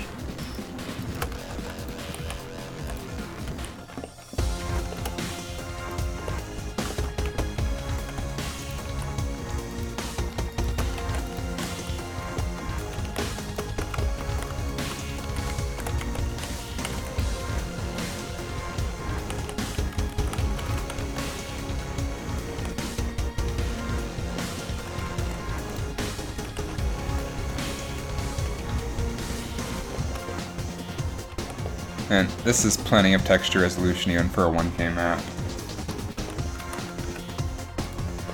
So next we'll do the panels. I think from the camera of the player we're not going to be able to see the back faces of any of these, so we'll handle these the same way we handled the robot panels.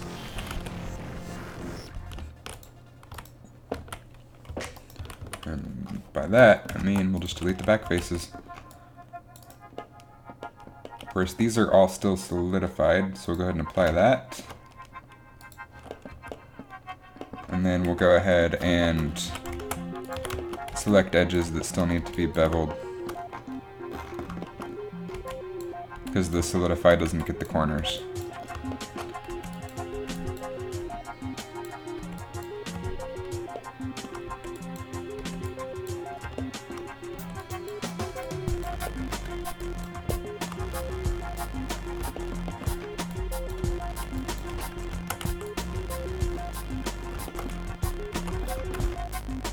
Looks good. So now we can go ahead and select all the back faces.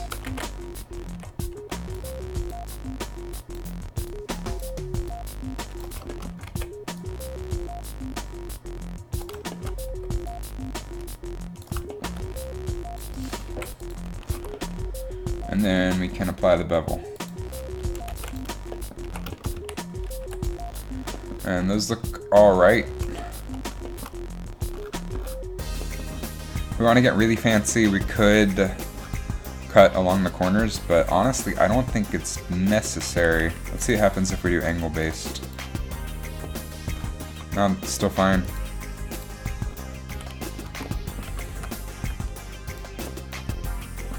And not much left, because all these wires we're going to try to bake.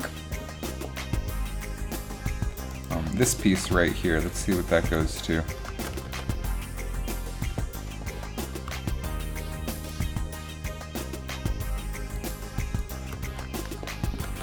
It goes to literally nothing, so we'll just put that on the garbage layer.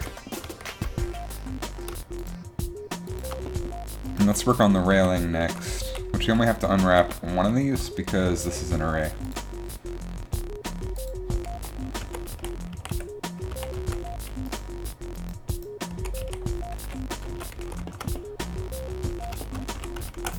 So we will just make this really easy.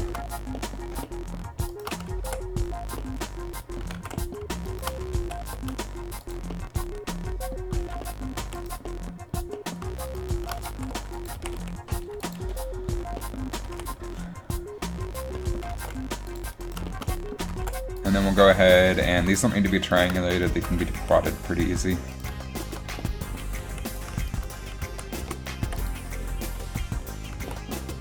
Then we can go ahead and apply our arrays. Save this as a new iteration, because we're going to have a lot of these.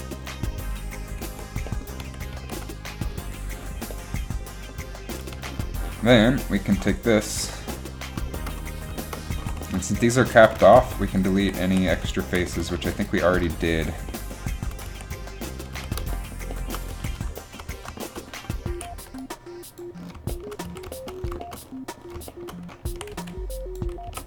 so the bevel's not even necessary.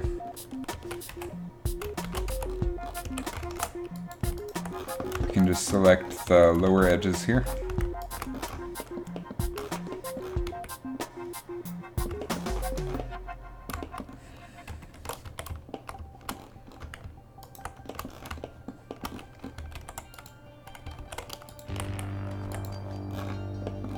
And those are going to get really long, so we're going to subdivide this up a little bit.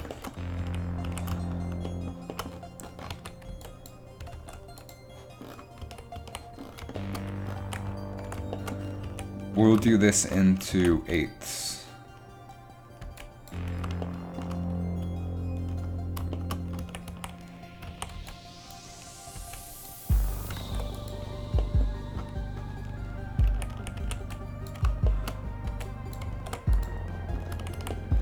I think that's probably as good as we're gonna get.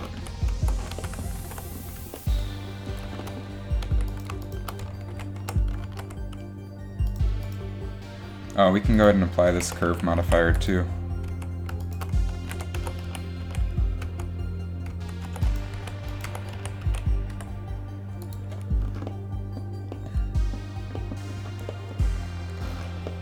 And since these are so tiny, we'll scale them up on the UV sheet.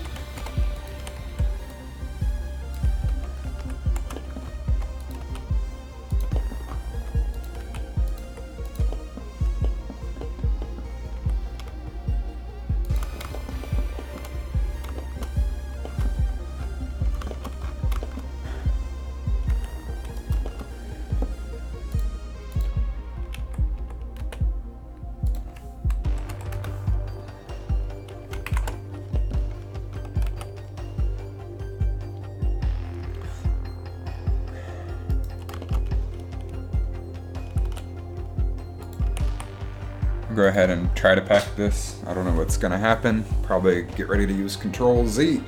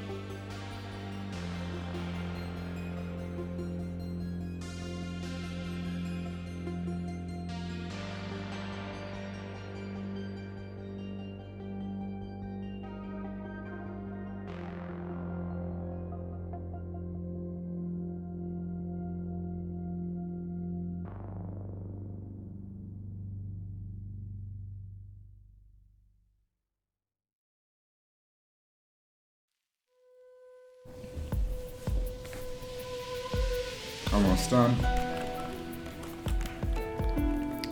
Oh, that's actually not terrible.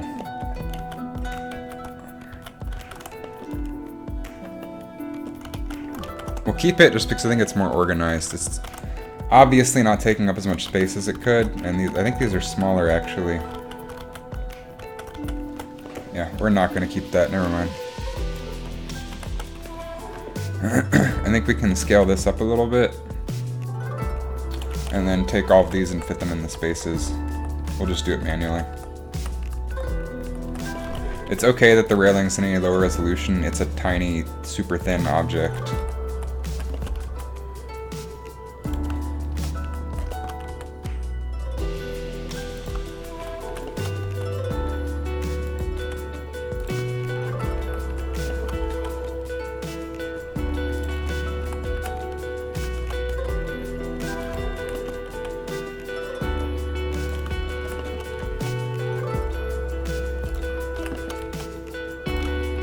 And we've maximized the texture space as much as matters, considering this is going to be so far from the player.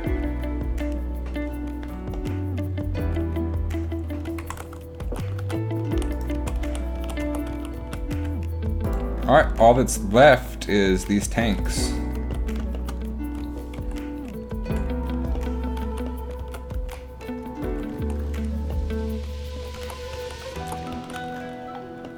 Oh, this is going to be a pain in the ass.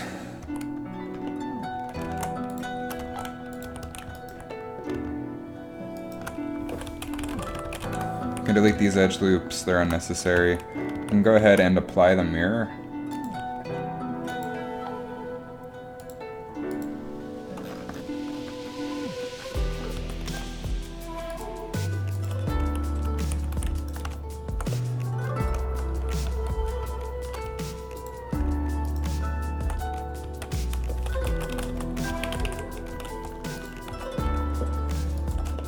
And then we'll bridge these ones. And then the bottom faces on all of these are unnecessary.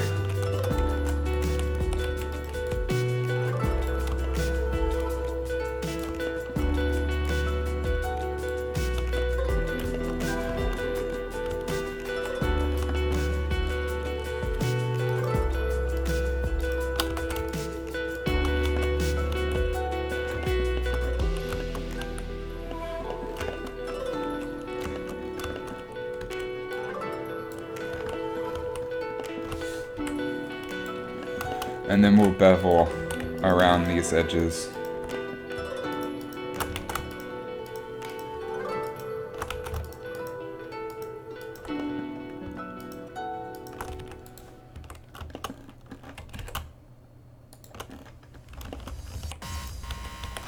And for these, we'll apply the solidify.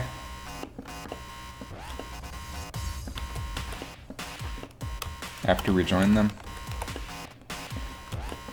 And we'll actually go ahead and select all this stuff and solo it out.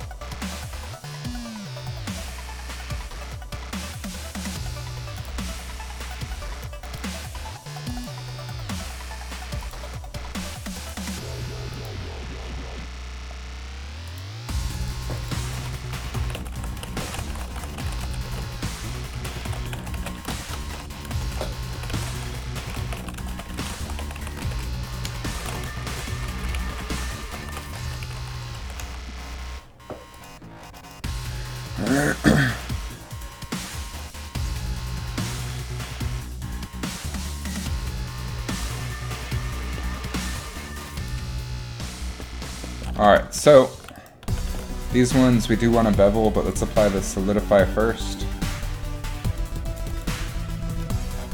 And delete the unnecessary faces.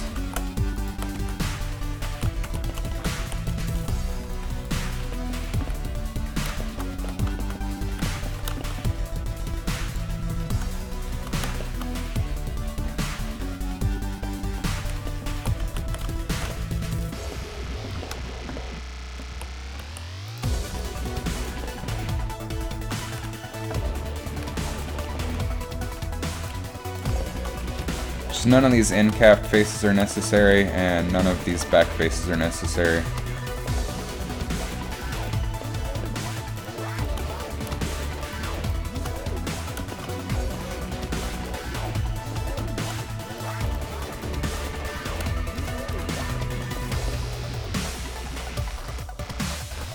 So we'll delete all those.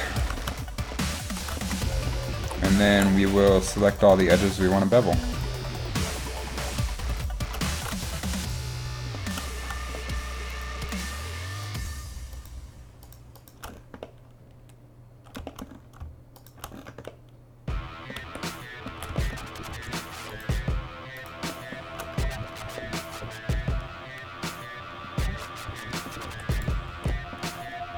And then we'll bring that in some. We will apply the bevel.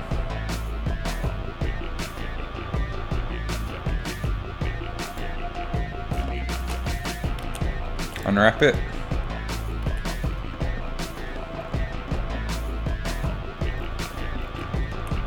And then mirror it and unwrap it. Cool. Now let's do these tanks.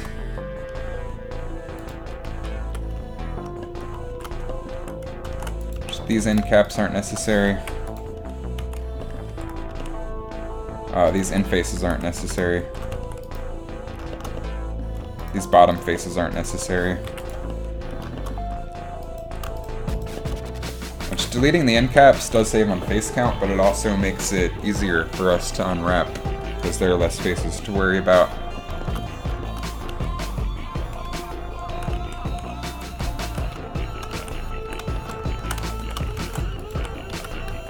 I'm gonna take these, straighten them up, and select all of them again, and only make them as long as we need to save on texture sheet space.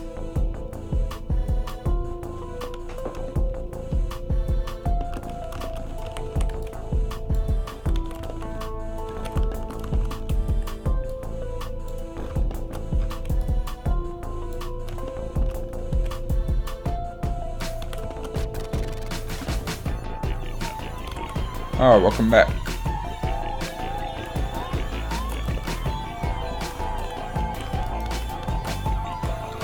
Alright, so now we can get to unwrapping this. I think everything that's beveled, or needs to be beveled, is. Maybe also bevel these edges.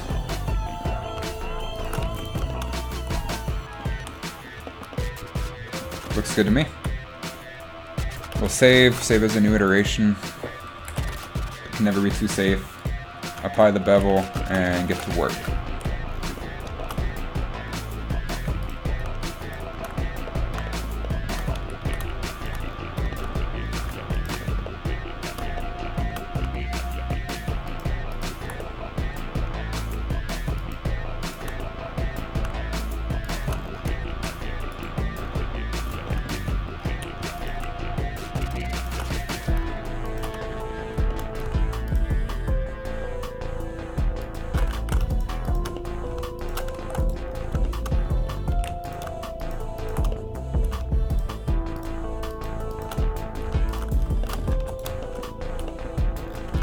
And it looks like we missed a bevel, so we can just always manually bevel that.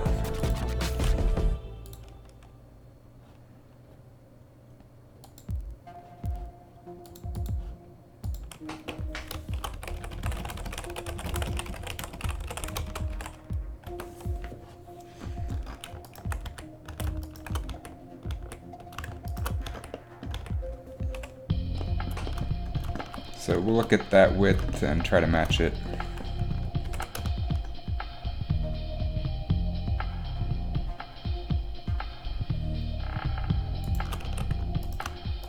And then we'll just select these edges and hit Q, set S sharp, and it's just as good as it was.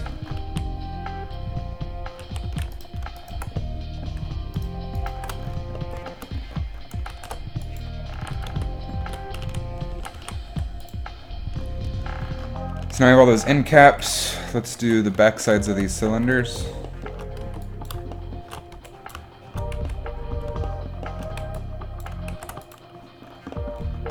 And then see where this is screwing up. Looks like we missed one set of edges.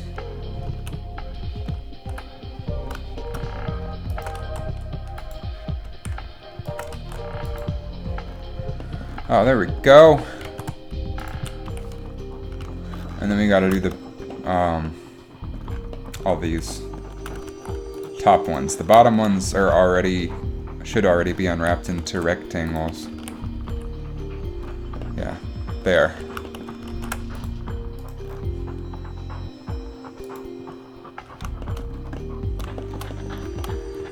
So we will just select all these. Right here on the back, nice and neat, where nobody will ever see them. And it looks like we're done with that. These are unwrapped, so we'll join these two. See how we're doing. And now we can work on these pieces.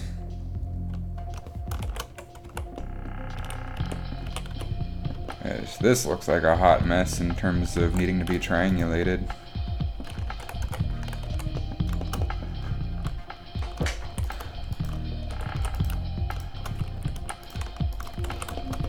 And now it doesn't. Make sure there are no inside faces on this.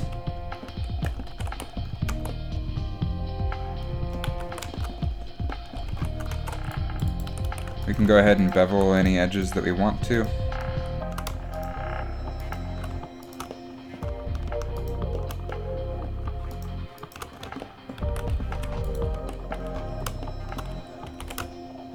And this is again multi-user data because we have the other stupid tank. Just screw that guy. I'm just gonna delete him for now.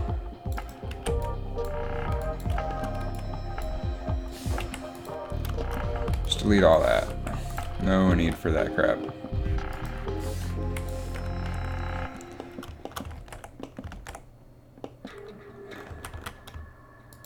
Because we're just going to duplicate him around anyway, maybe have one texture variation or something. Now I won't get the multi-user data issue anymore.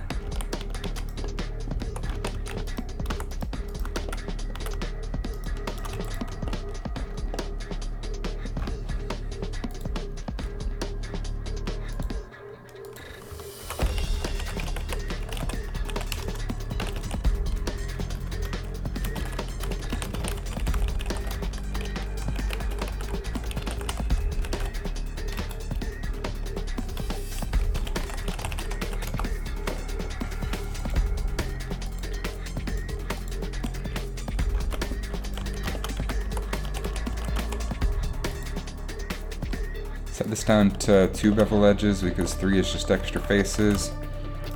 Screw with the thickness a little bit, and then unbevel stuff that's unnecessary. And this is a nasty ingon here, which, I mean, the engine will triangulate it, Substance will triangulate it, so it's not that big of a deal, but why not fix it if we can get it exactly how we want it.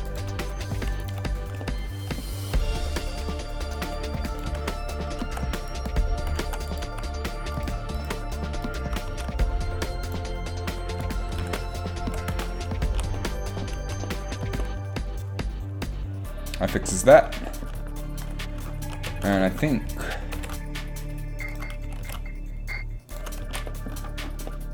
we are ready to unwrap this guy.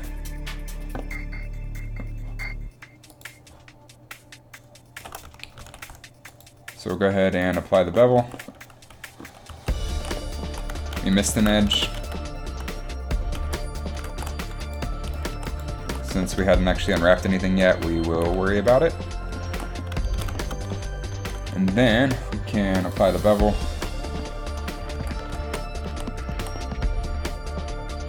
Cool.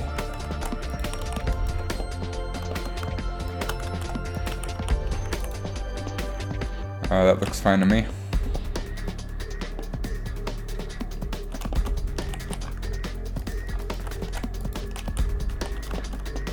And I think we can cut around these 2 corners right here just to get these pieces smaller.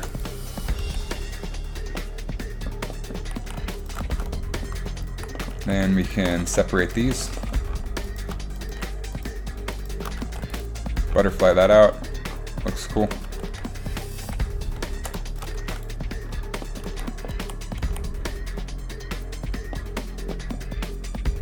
And now this all looks fine. I think it'll be more efficient for the texture sheet if we just straight up cut these edges, though. It's whatever.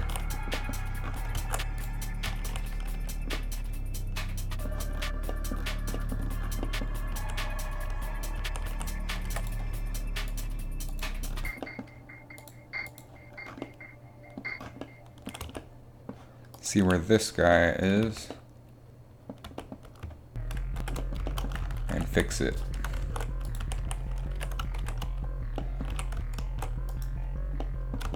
As more subdivisions, the more accurate your islands are going to be when you unwrap.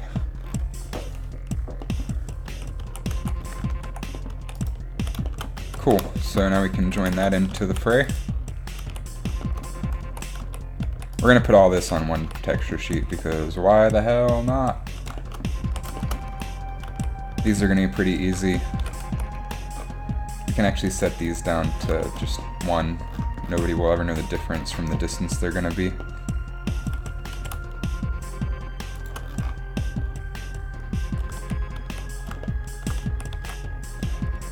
Go ahead and apply that.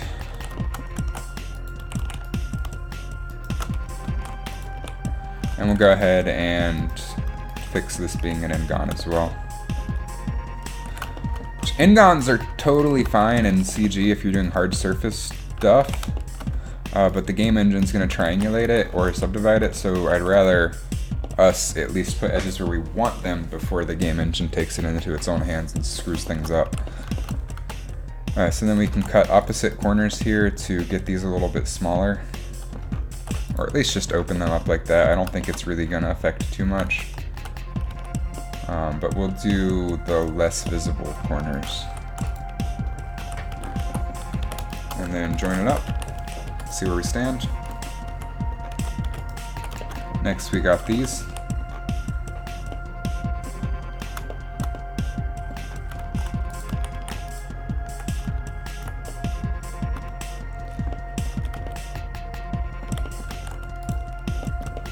And the lower ones.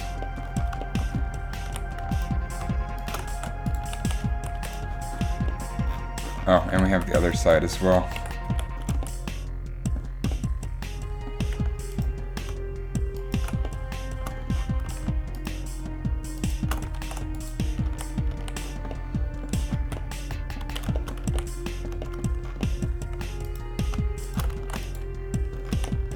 And now just these rods, which you can do in one fell swoop. Those look good to me. Join them up.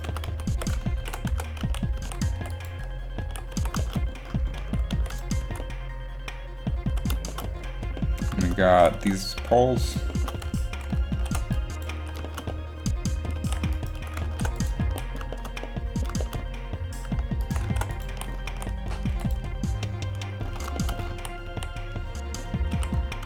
What am I missing? I could have sworn I got that one.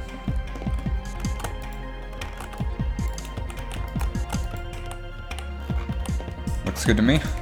Join it up. Next will be these, which I think these are multi-user. They are not. Which means we done fucked up. Take these down to hell. One segment is fine, honestly. Apply it, cut it. Triangulate it.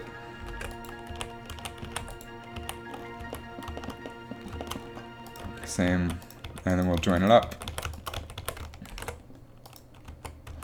Remember, next, apply, cut,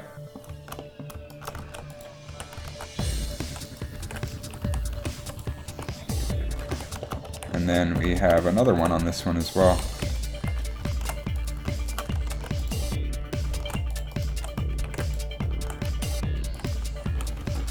And then we'll join those up. Looks like we still got a few left.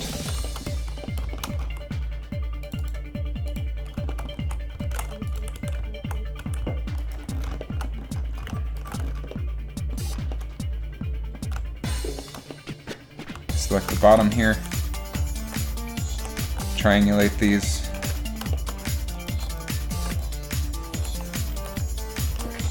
Join them up.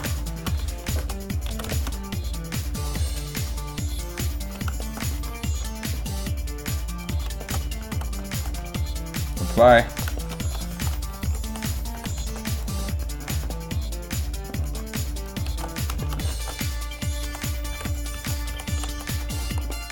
And join it up. And that completes that side of the equation, so now I have to do this side over here.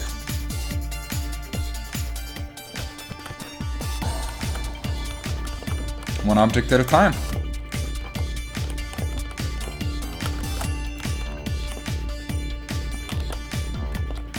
Make sure there aren't any faces we don't need. and make sure everything that we want is beveled.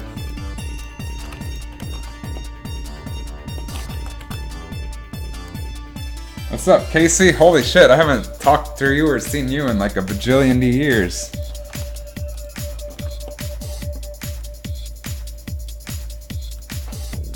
All you did today was eat cake. Oh my god.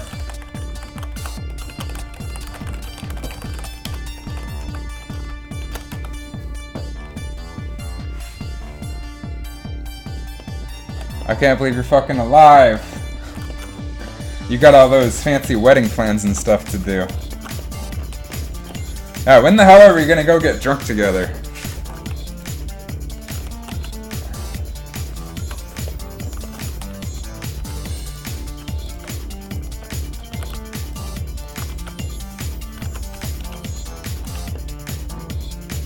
Working on a website. What's the website for? Other than yourself?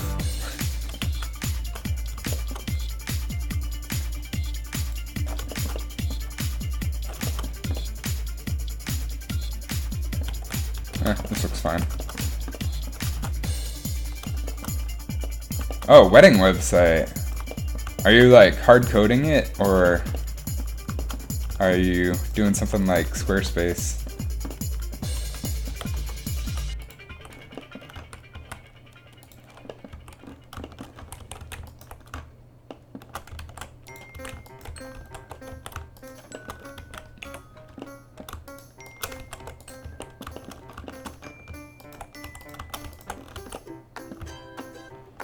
Oh shit, that sounds fancy. The whole website should just be one page of what gifts you want.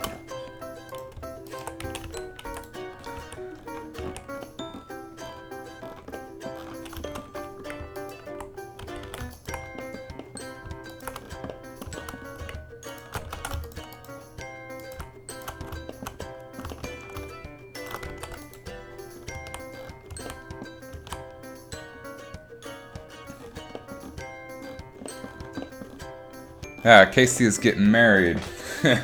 I've known Casey for a while. He actually met me through my Pokemon series. Funny story there.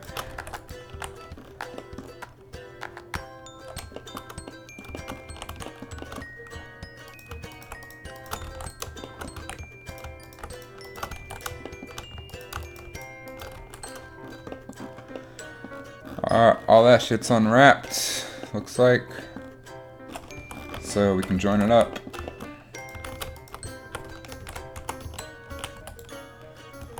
And then work on the next stuff. Oh boy, oh boy. I think there are probably some back faces here.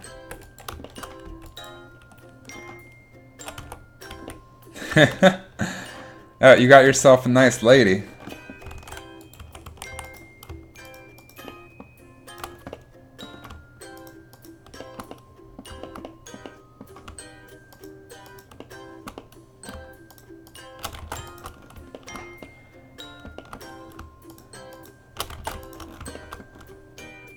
Oh my god, this is taking forever. I'm just gonna select all these in one fell swoop.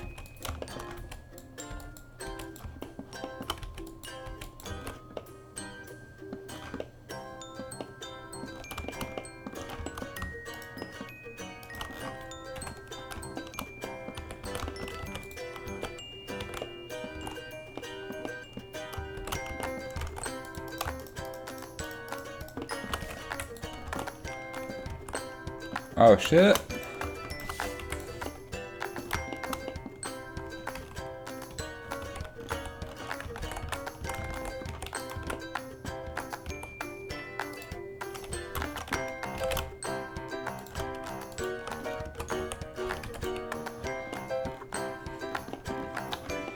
Then finally come in and do the tedious part of selecting all these goddamn corners.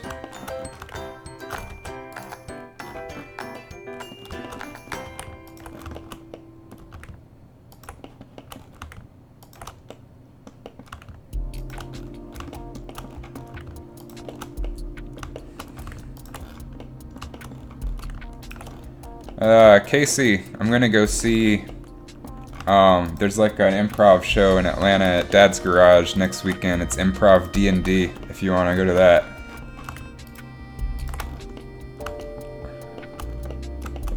And anybody watching, I guess, who wants to murder me, you can show up too.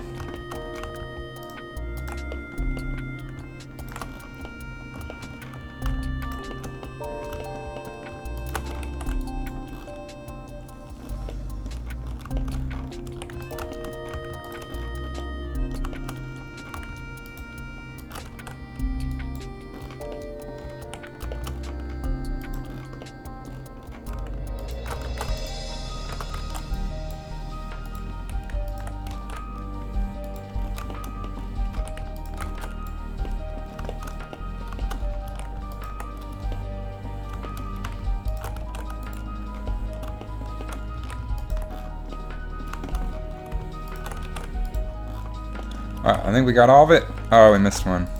Where are you?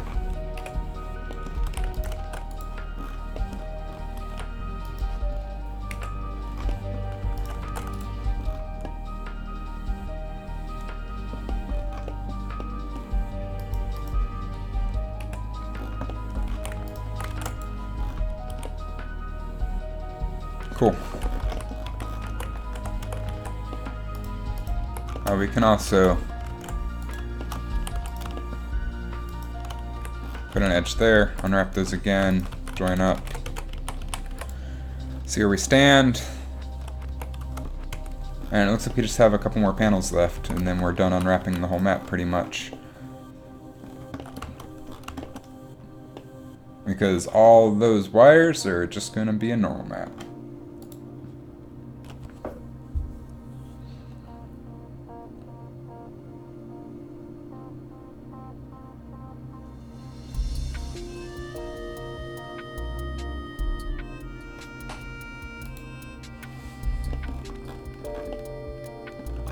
Alright, so we can delete the... Oh, this hasn't even had the solidify applied. Bad on me.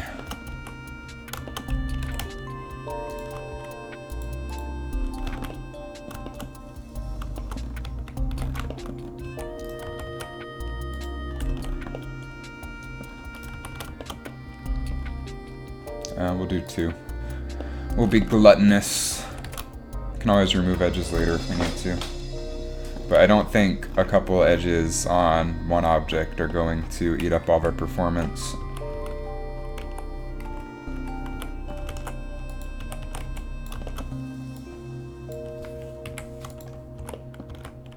And apply.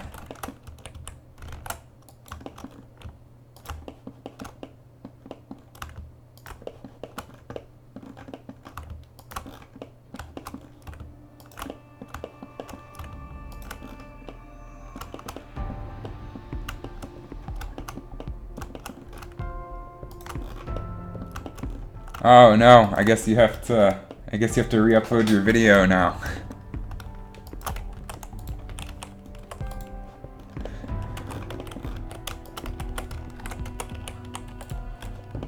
Alright, and then we can run the smart packer. What the hell is this edge? Oh, I guess that makes sense.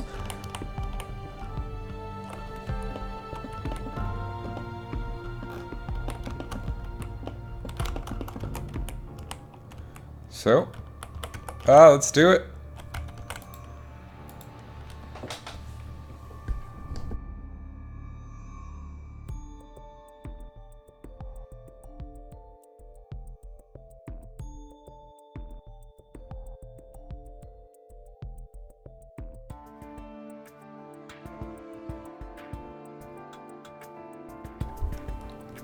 It's doing its thing.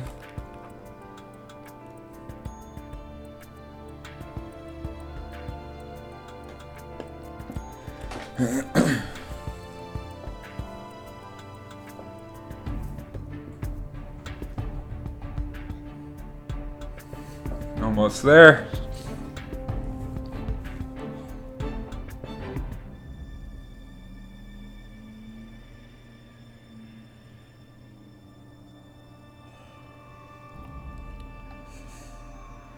And let's see if that's any better. Oh, that's... Yeah, if you look at the size of these, they're getting much bigger. So that's significantly better. We will keep it. And... that finishes our unwrapping of the boss map, because all these wires we're going to try to bake as a normal map. Wow.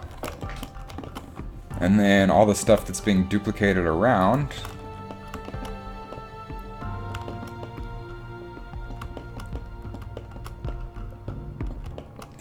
We are about ready to take this into Substance. Let's see how we want to join these up. I think these are already pretty much in their proper segments, so now we have to put individual material names on them. This is one object. We'll call this, we'll call the materials BM for boss map underscore outer railing. I think we can take all the inner railing pieces and probably join those.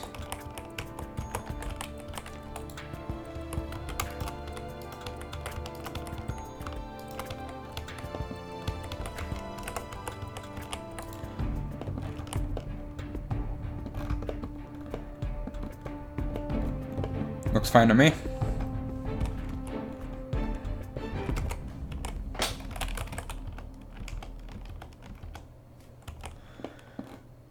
What is this piece? I think we might be able to split these up even more. And fourths is pretty good. Wonder if we could get away with eighths. Just to pack stuff tighter and get higher resolution out of a smaller texture map.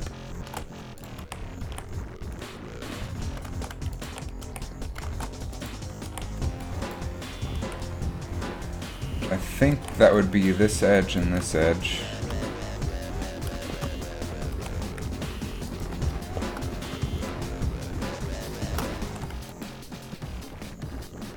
There we go.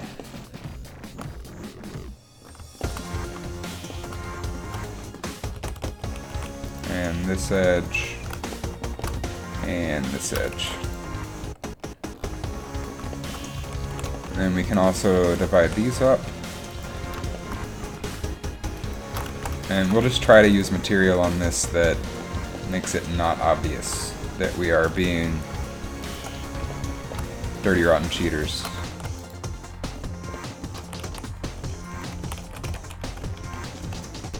It's about as good as we're gonna do, I think. And that's totally fine. Oh, and let's go ahead and take all these wires and put them on their own layer. And as we material stuff, we'll put it back to the first layer. So outer railing will be its own thing, inner railing will be its own thing.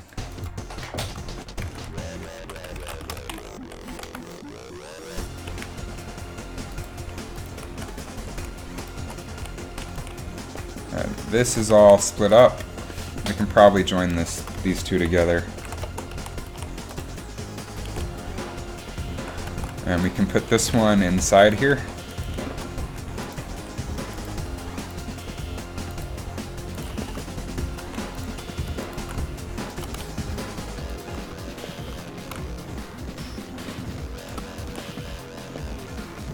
And then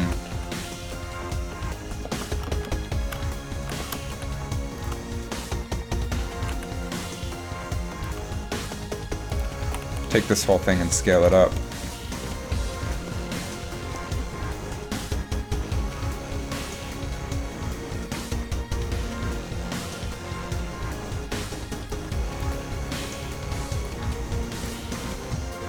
We want to scale along the 2D cursor. And then I think we can take these ones and put them over here.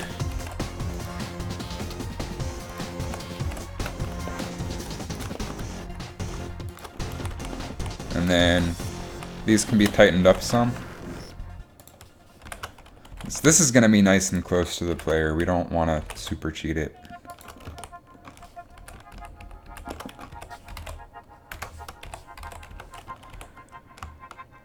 Like that.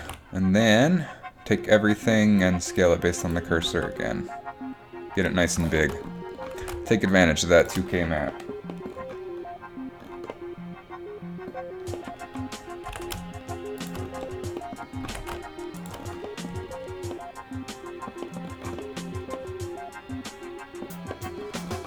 So that's barely on the sheet. I think it'll be fine though.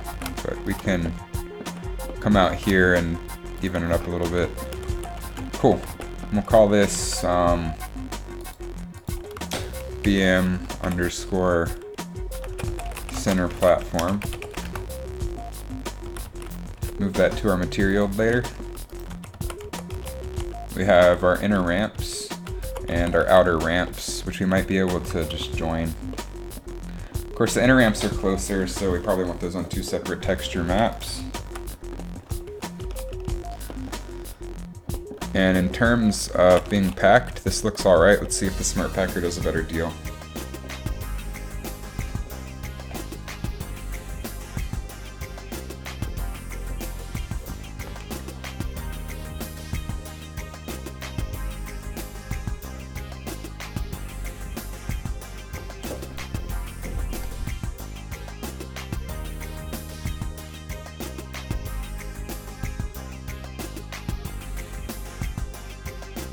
That looks better to me. So we'll keep it. And we'll call this BM underscore center ramps. And we will move this up there. These are about as well packed as they're gonna get, unless we divide them in half. Which I'm not opposed to.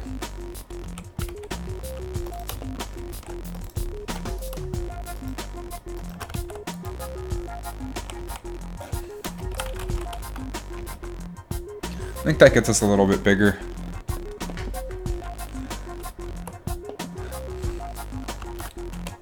We're going to be right here, so we're not going to really be able to tell that those are divided. And we can add like a hard cut in the normals there, if we must.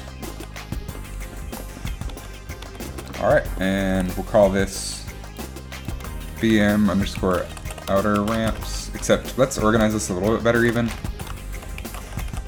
Ramps outer. If we put ramps first in the name, then hopefully it'll organize in the list similar to the inner ramps.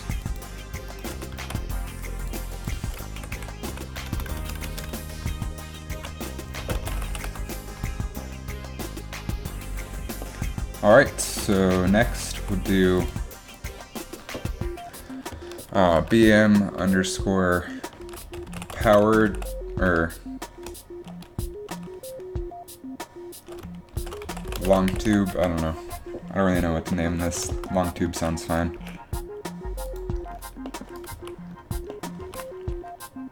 These will be BM underscore lower walls. I think in this one we can go ahead and fit the floor as well.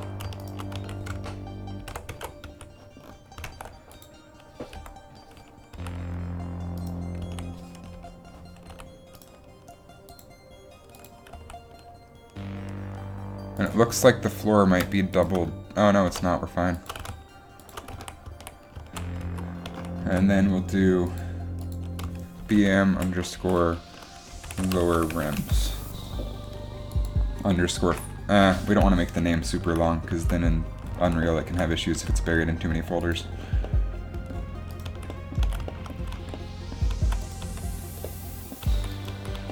We'll do BM underscore center walls.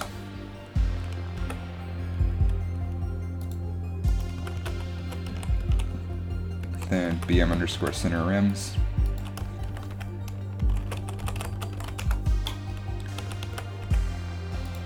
And BM underscore metal rails.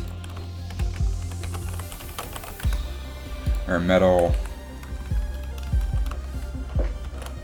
divs. We'll call this, it looks kind of like an eye. We'll call it an eye. BM top eye.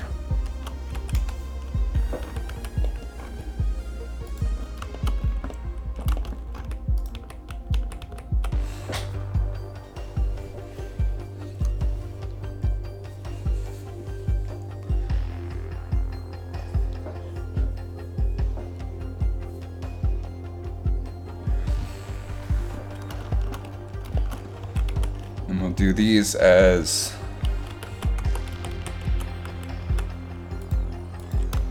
BM underscore topped tubes. Top tanks, I think, will be better because tubes would be this ring up top.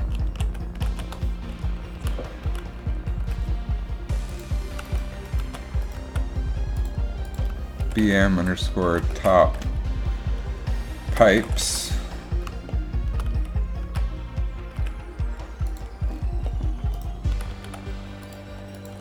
BM underscore pillar.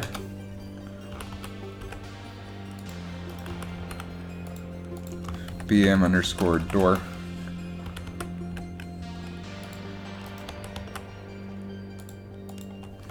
BM underscore mid tank tall. BM underscore mid tank short.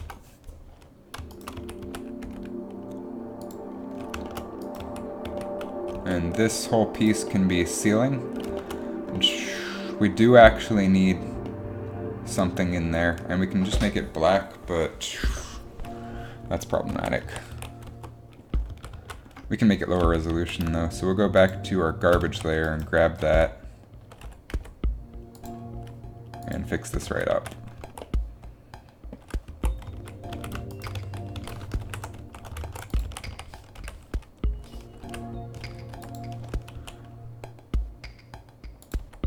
And we'll just put this over here, just have something with texture detail there.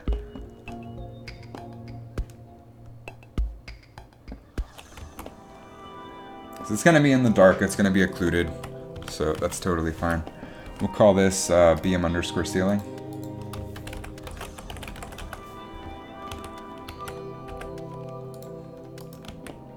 We'll call this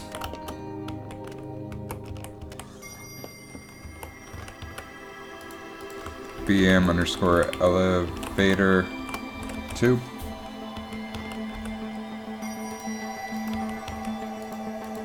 BM underscore ceiling panels.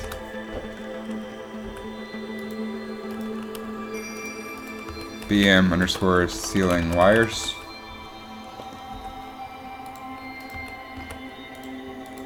BM underscore ceiling tube. Or ceiling ring. And then this will be BM underscore elevator land pad. And we can actually make this a lot shorter since it's being cut off.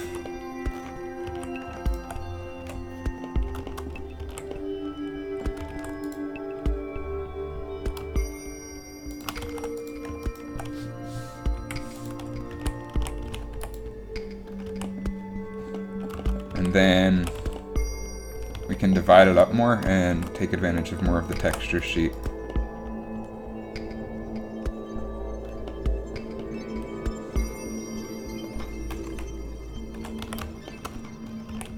So we want these edges right here. What is one game I hate? Call of Duty.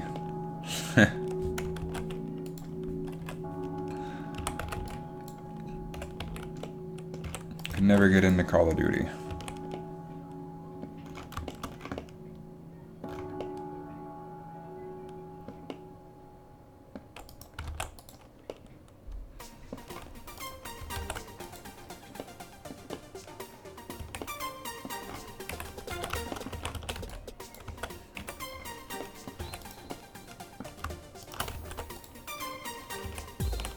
What's one game you hate?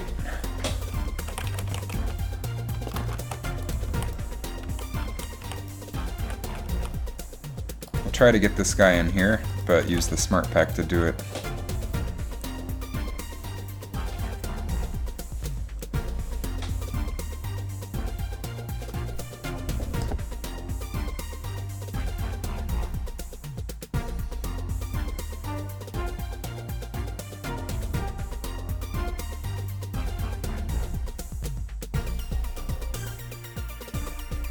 Close enough.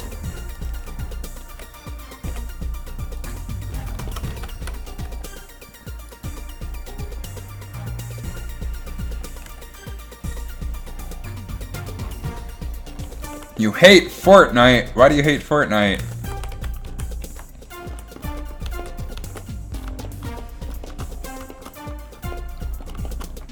And we'll take all this stuff and duplicate it around and put it on its own object just so the walls will get proper occlusion and we don't have to bake that out of Blender.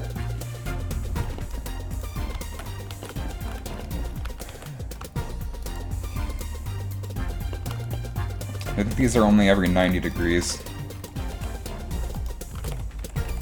They are?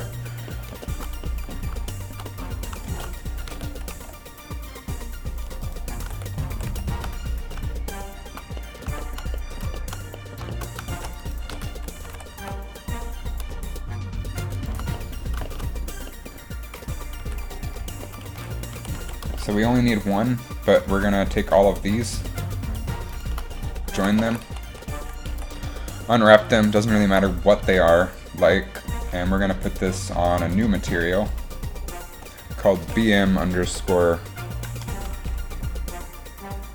or we're just gonna call this trash.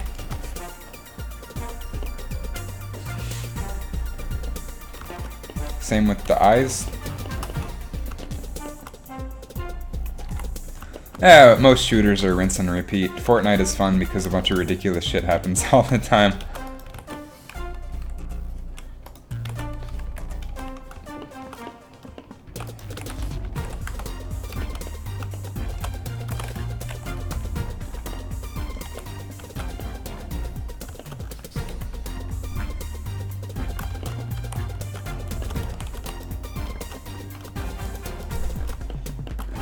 And PUBG is the same thing over and over again too. And Call of Duty is the same thing over and over again too. GTA, yeah, pretty much everything's the same thing over and over again. It's just whatever you find fun, I guess.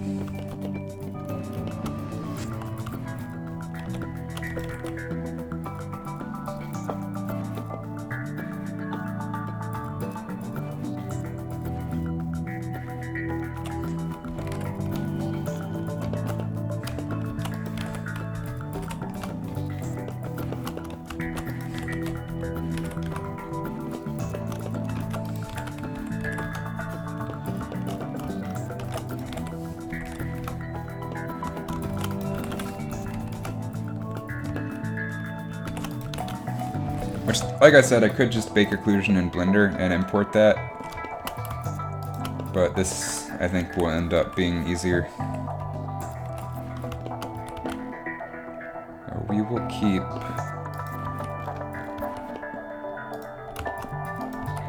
all the ones that are right next to each other.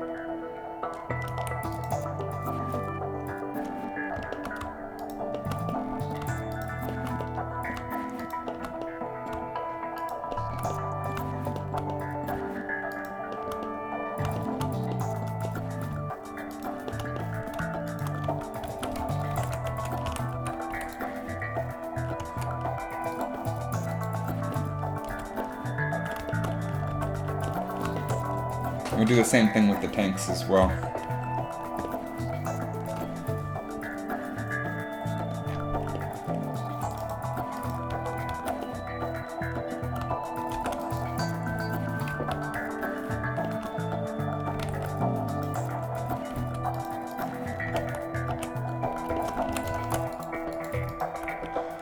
Alright, we have 32 vertices, so calculator 360 divided by 64 is 5.625.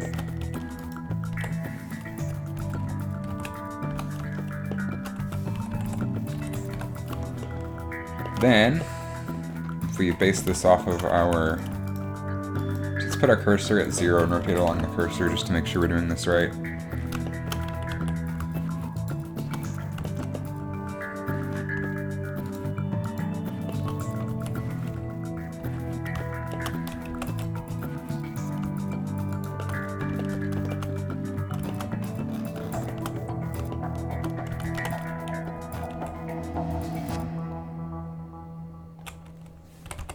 .5 should be correct. Then 45.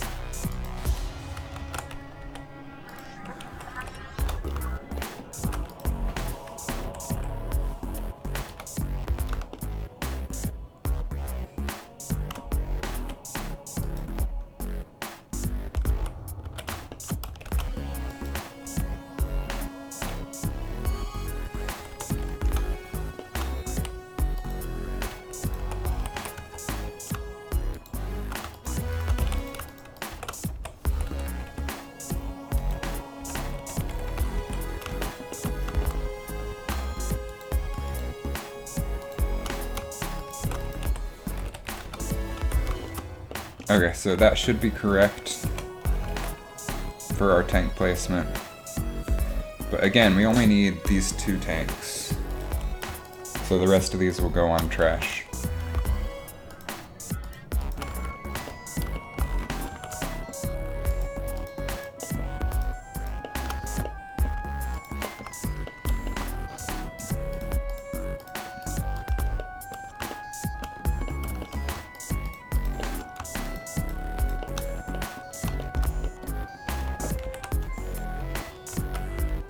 I'll be 18 in 6 years. Wow, you're getting started animating young. That's awesome.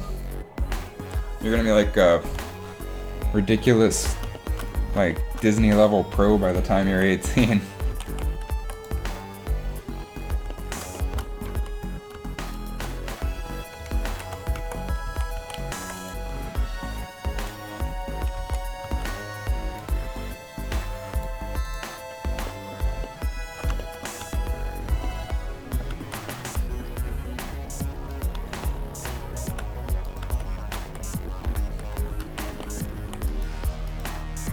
I think we've properly named everything. Let's try to take it into substance. And we'll make the centerpiece the parent.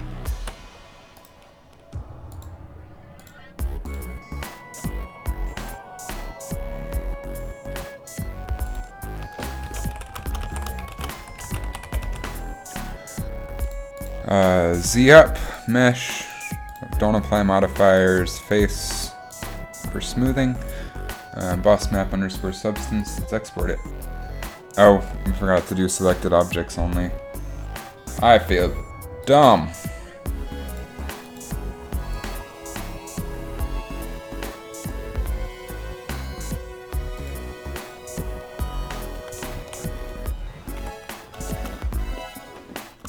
Cool.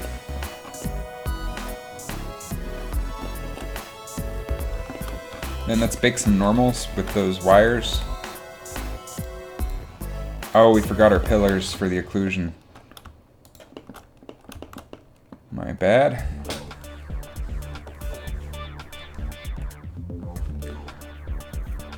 Oh, I don't know. Animation's just slow, dude. They only expect, I think, like, I don't know, 10 seconds a week at Pixar. It's something crazy low like that, just because they have so many animators working on it, that they can get a whole movie by allowing that much time for a shot to really refine it.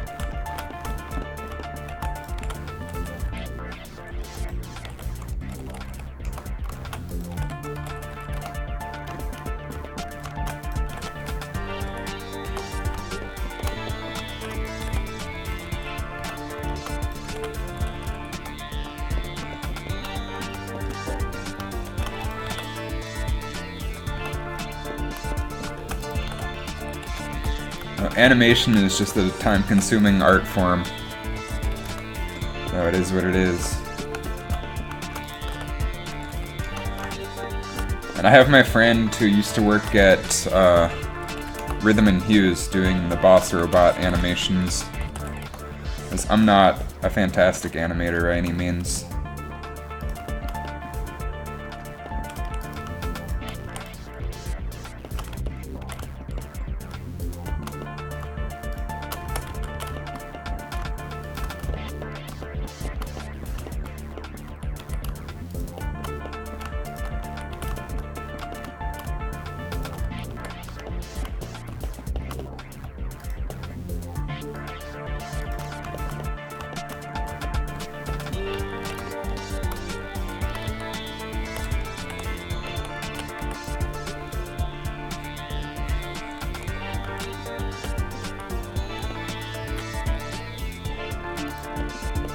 Wonderful.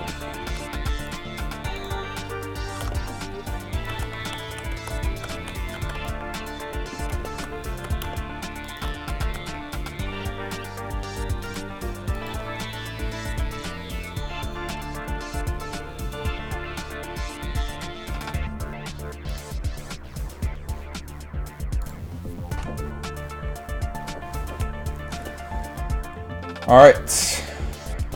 Next order of business.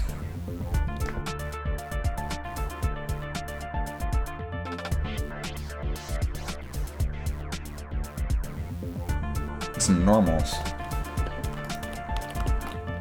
So we'll take all the walls that we need to bake them onto, put those on this layer, and we'll find all of our wires.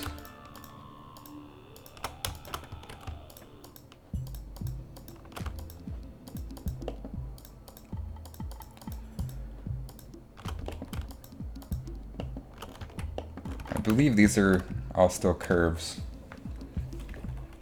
So what we'll do about that is...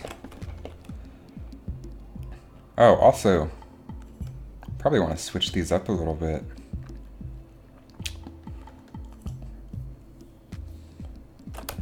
So right now they're mirrored perfectly, so we can...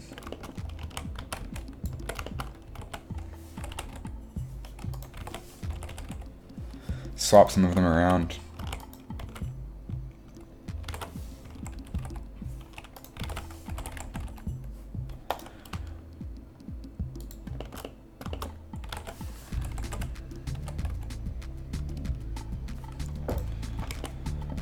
I'm not going to worry about it. Player's not going to be paying that much attention, I don't think. We can always change it up later by just swapping out the normal map. Anyway.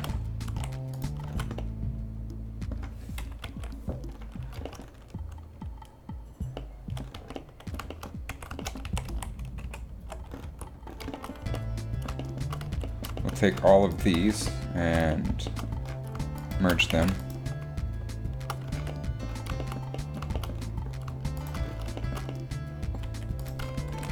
Then take all of these and convert them to curves, or mesh, sorry.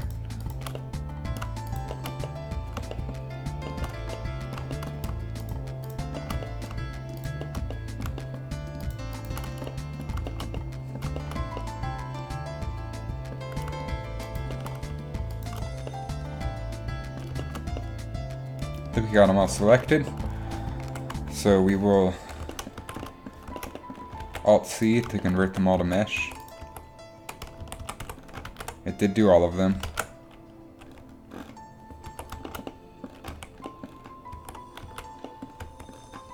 And then we'll go ahead and hit join. Then we'll join these. We'll save as a new instance. This will be 27. Then we'll select the walls. We'll say image, new image. We'll make it 2048 by 2048. Or 4096. Just because we'll bake down to 2048 in Substance.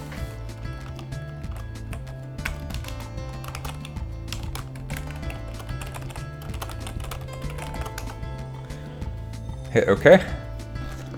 Then when you're baking in cycles,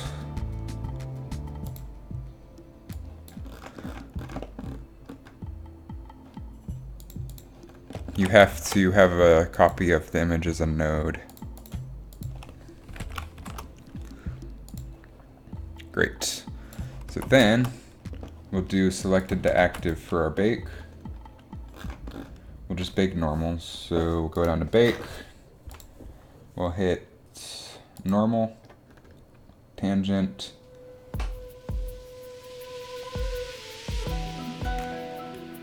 and I think the green needs to be flipped.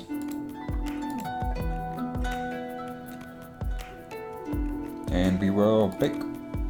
See what happens.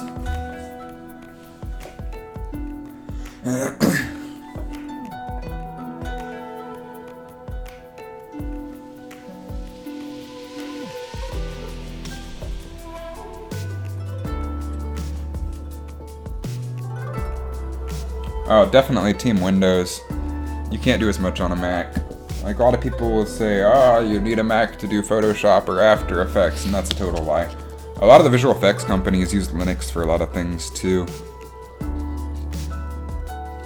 I just can't stand the Mac interface, though.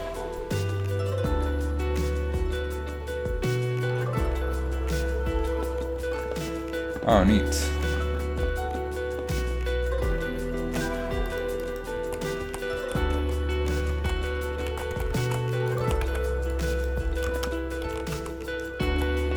I don't know if it got all of them.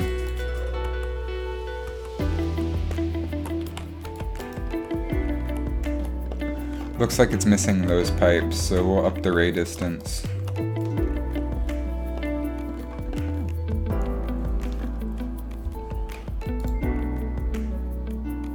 Let's just up it to 1.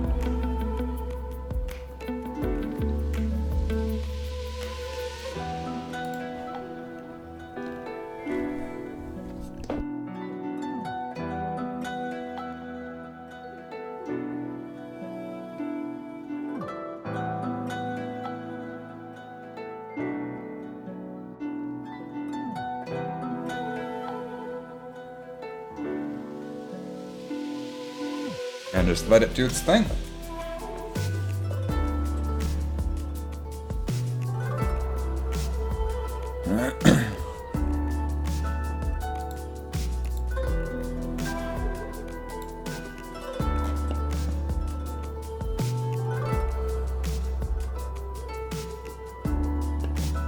Oh, there we go. Now it's doing stuff.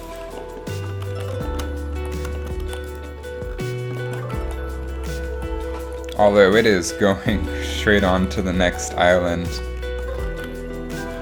So that's no bueno.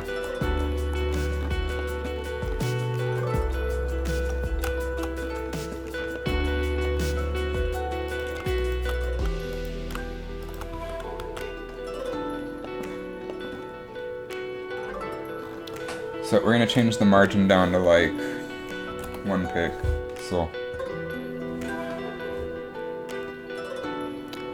And we will bake it. Oh, Photoshop is great. Oh, you bought Are you subscribed to the Creative Cloud?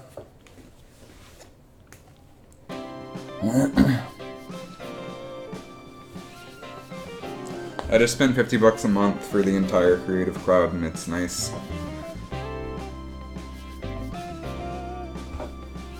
Because it gives me access to After Effects, Photoshop, Illustrator, InDesign, pretty much everything.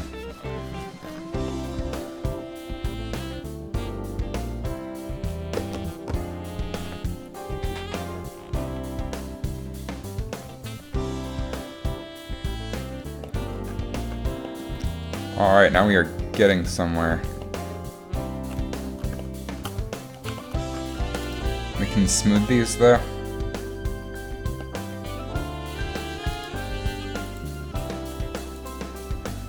Do auto smooth. Up it to, I don't know, 70 degrees. And then rebake it.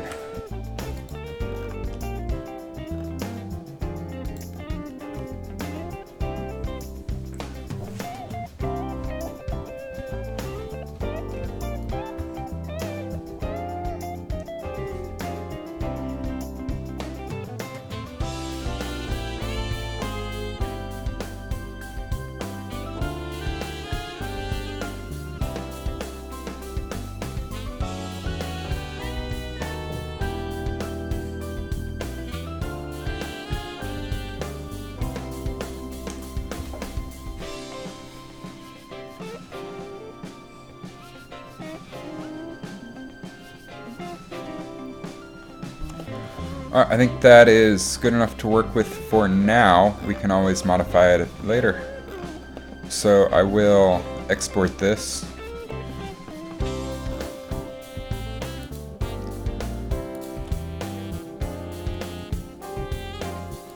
And then we're going to go into Substance Painter.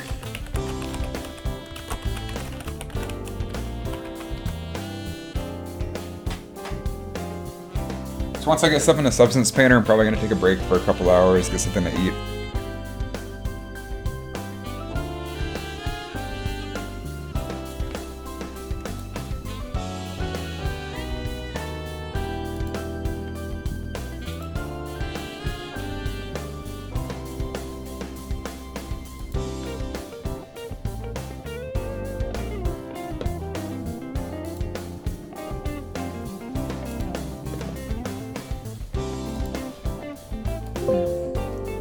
Your license file is too old. Alright, so you file new. I don't think any of these dialogues are showing up.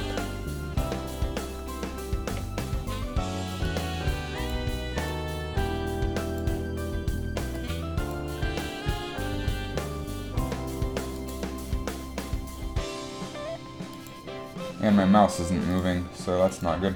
I'm just going to delete the Substance Painter overlay and add it again.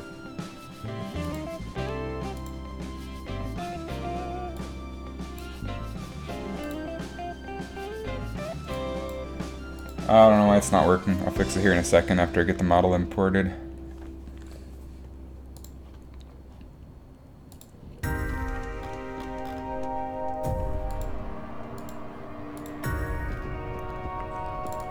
Game design, punch bomb, maps, descend, boss map underscore substance. Hit OK. Give it a second to load in. Oh, there we go. Alright, and then we're going to select the normal map for the walls, which I think are these ones. We are correct. So we'll drag in our normal map.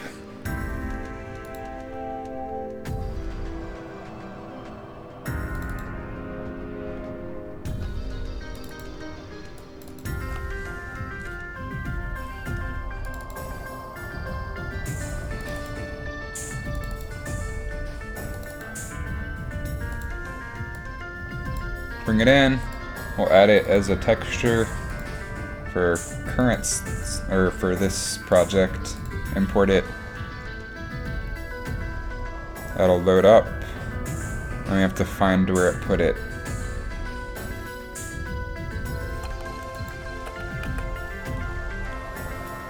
Drag this onto our normal map.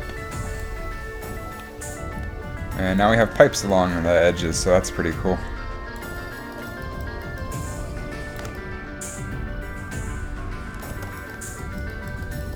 Nice. And that'll definitely save us on poly count.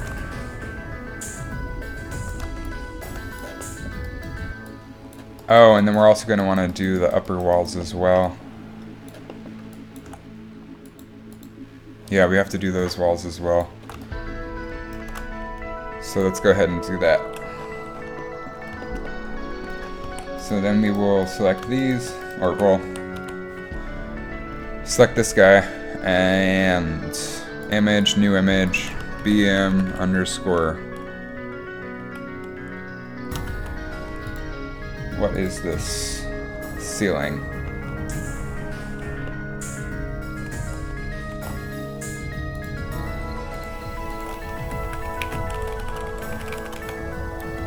Okay. Select you, select you.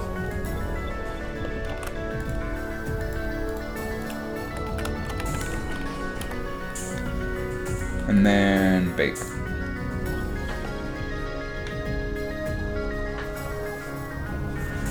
Oh shoot, I'm still sharing Substance. I need to be sharing Blender.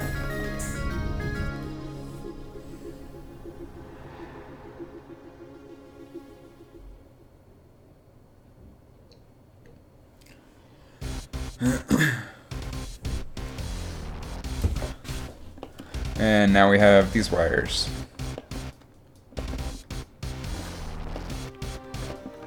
I'll say image, save as. Come in here, drag it right in to textures, and for this project,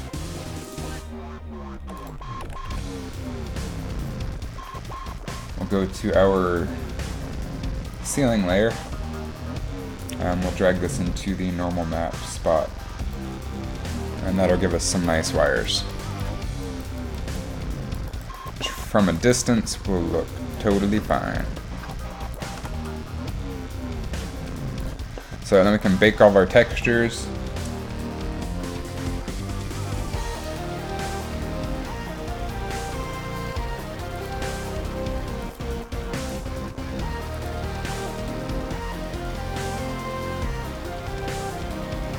And then we'll say bake, ambient occlusion, do not ignore backface. And then bake all texture sets, and give it a second.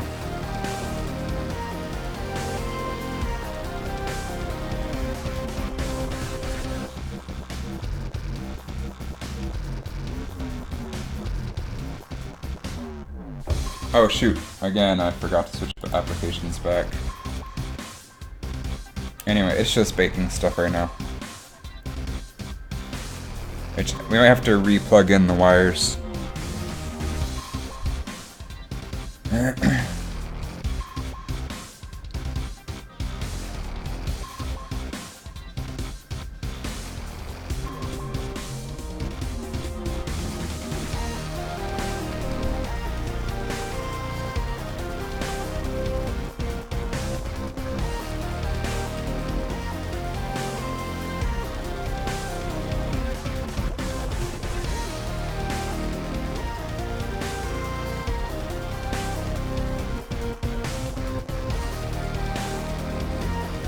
About 36% there. I know you can't see this dialogue.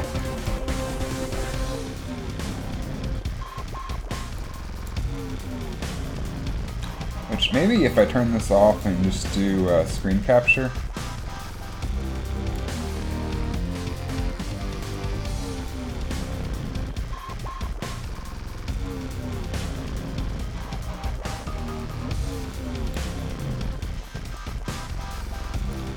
That'll be much more useful.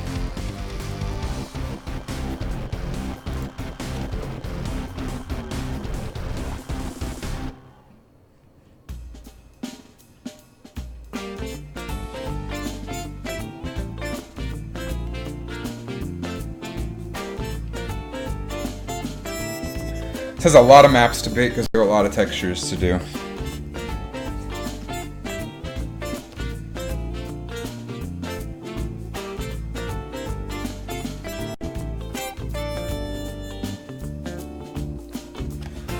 I think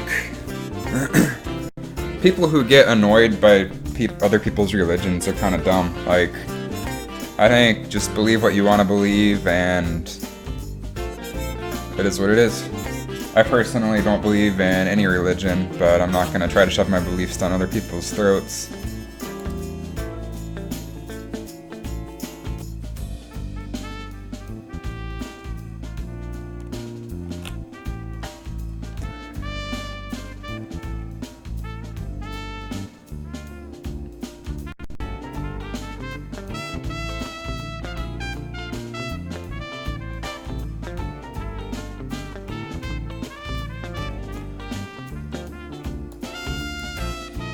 Alright, that is done. Give it a second to catch up here in the red progress bar. Everything's baked, so now we need to reapply our normal maps to the walls. So we'll search BM again.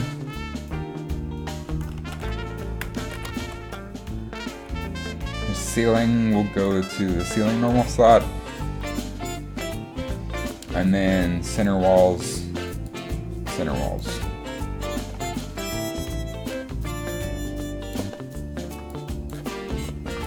We need to add more doors to our trash layer.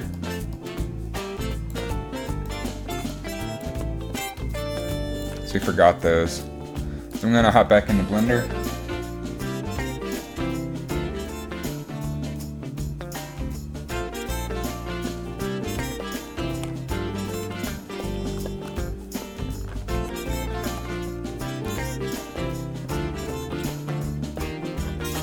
We need to move these walls back here so we make sure they get exported with everything.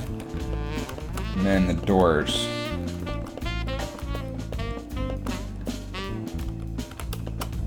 We need to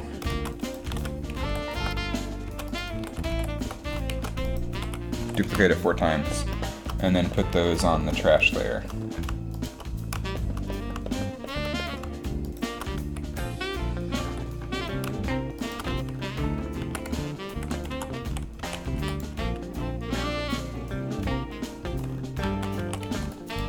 But you're also never gonna get a popular YouTube channel by just playing it safe either. So this should be everything again. So we'll file, export, FBX, boss map substance. Come back here, do a edit project configuration. We will reselect that and hit OK. Give it a second to catch up.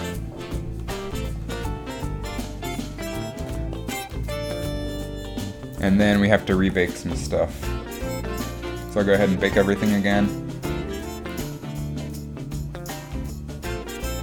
Which we want to make sure we are ignoring backfaces for everything. Which we're not. Or not ignoring backfaces. We'll just go through and bake everything individually. Ceiling, we don't need to bake the normals because we have our own normal map. Bake it.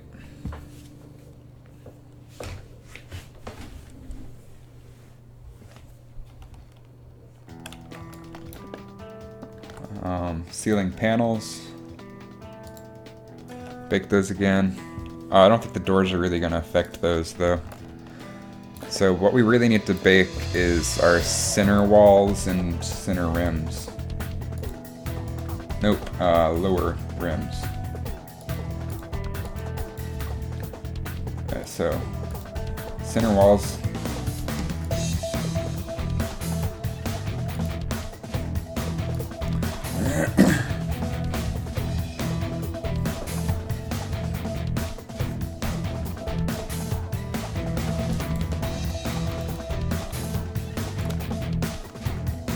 I'm actually pretty happy with how the pipe's baked. That's pretty cool.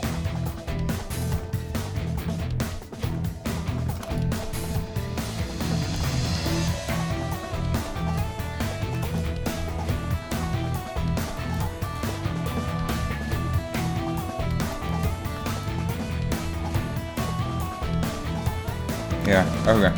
So we got the center walls baked again. Then we have to rebake our lower rims.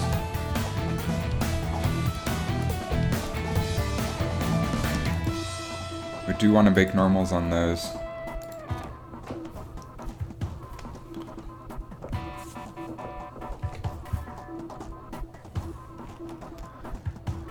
And then we're going to want to rebake our trash layer.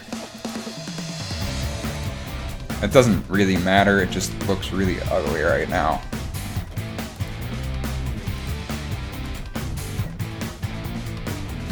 And if it starts to cause problems, we'll go through to each layer and bake it with the ignore back faces unchecked.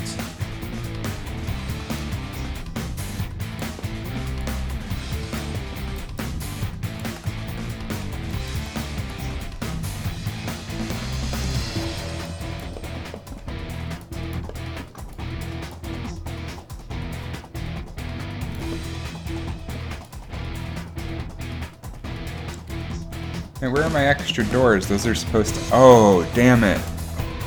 I screwed that up. I need to select our trash layer and remove the door material.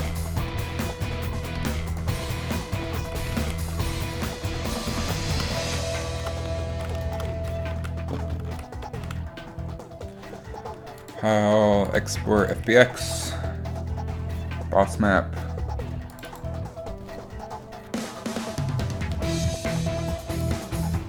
edit, project configuration, boss map, okay.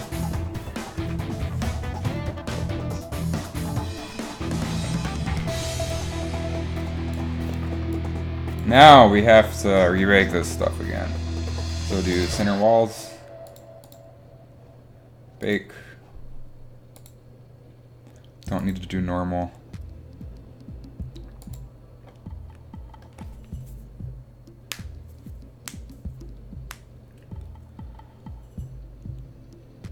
So now it should get occlusion from extra doors. Yeah, there we go. We need to rebake the door. No, we don't. That one's fine. We do need to rebake our lower rims to get the occlusion from the doors.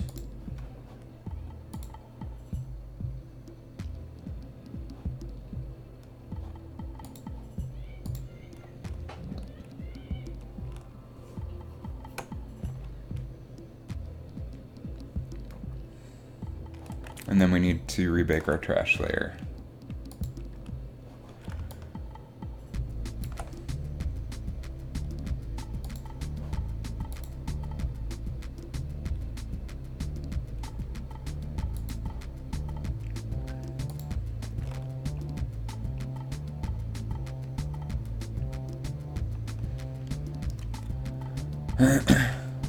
Now everything should look correct.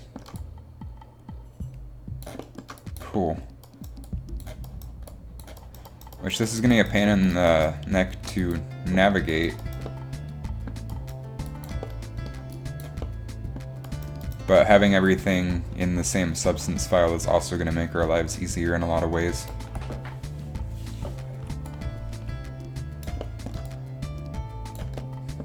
Great. So we've got it in the substance. Oh yeah, having more people working on a project can definitely help speed things up.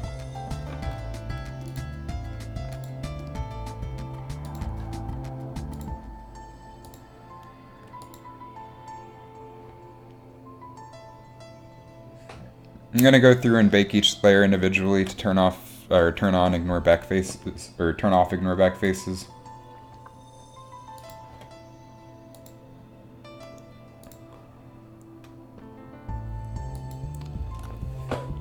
And then I'm gonna take a break for a couple hours before I come back and actually start texturing this thing.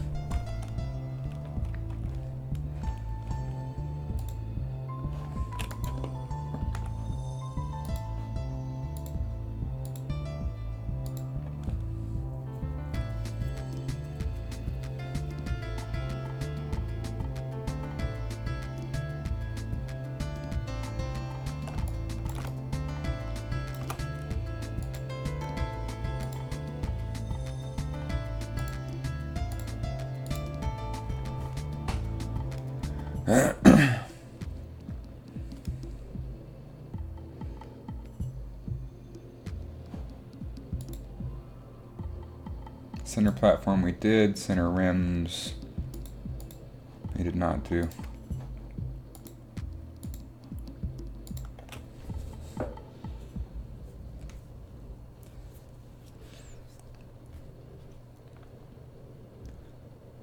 Alright, center walls we've done.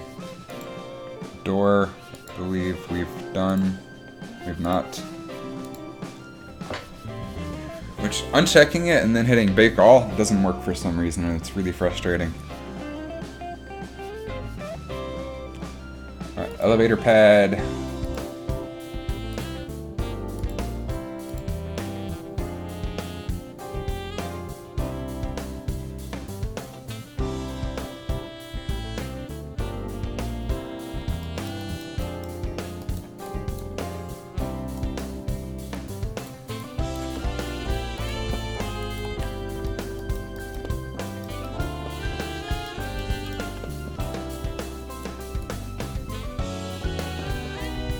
Cool.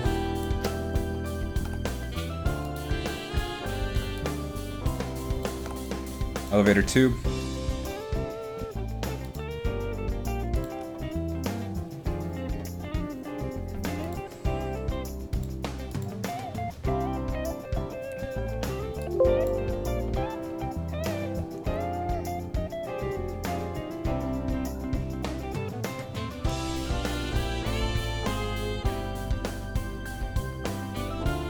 Fake it.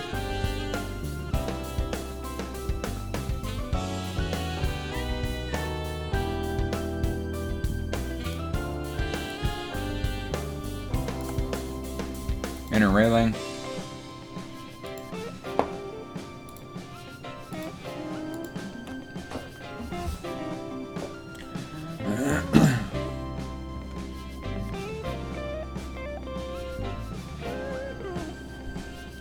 Long tube.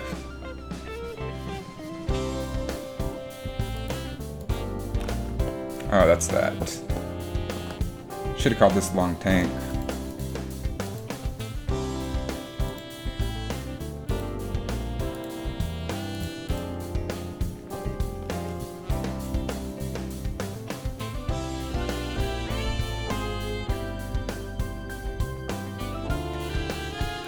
Lower rims. Already got that one. Lower walls.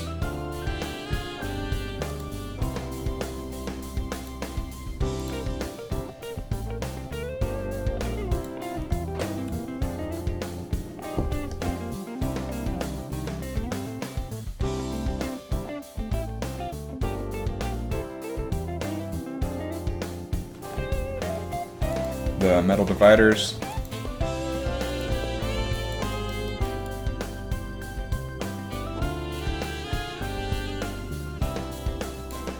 So these still look faceted, so we might go to Blender and fix that.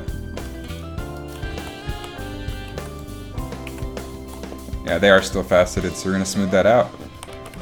Select everything and re-import it.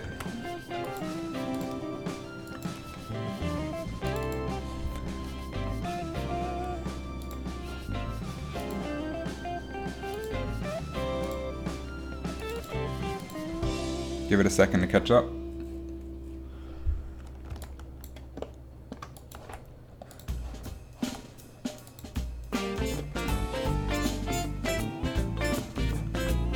Bake these.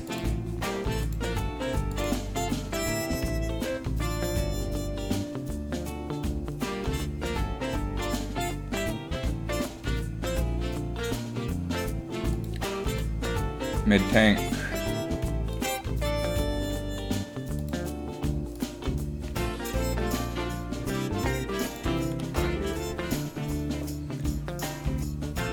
Do I like memes? Man, I spend almost all of my free time on Reddit, me_IRL. It's the best meme subreddit. What are your favorite meme sites?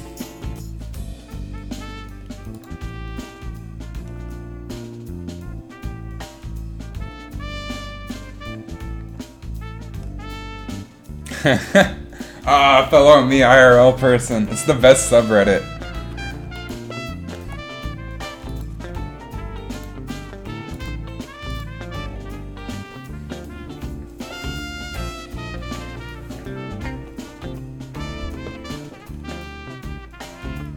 I never post anything though, I just sort of creep.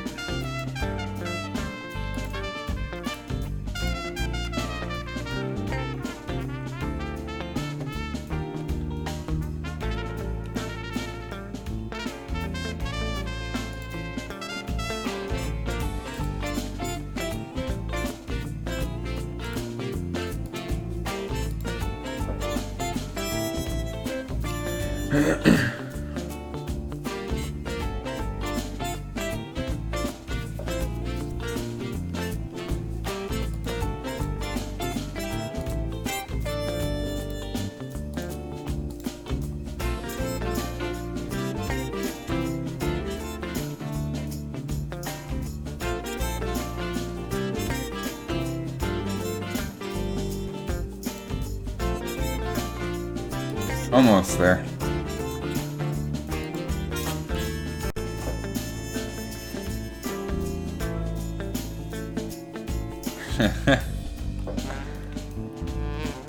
I just steal memes from me IRL and post them on Facebook.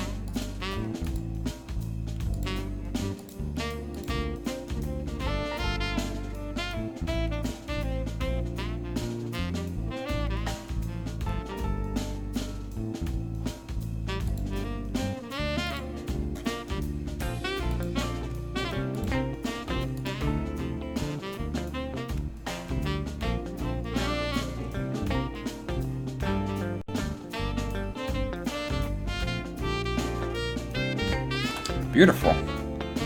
We have everything baked and ready to texture.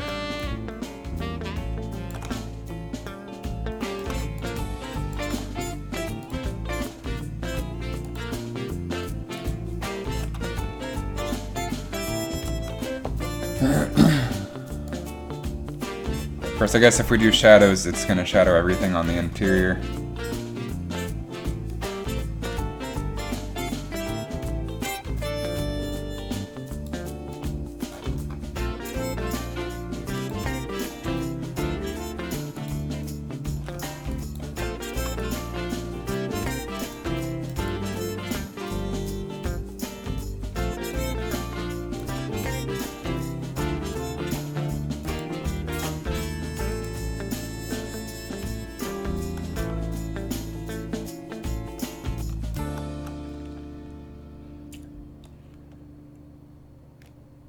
So I guess we can't test with shadows. That's unfortunate.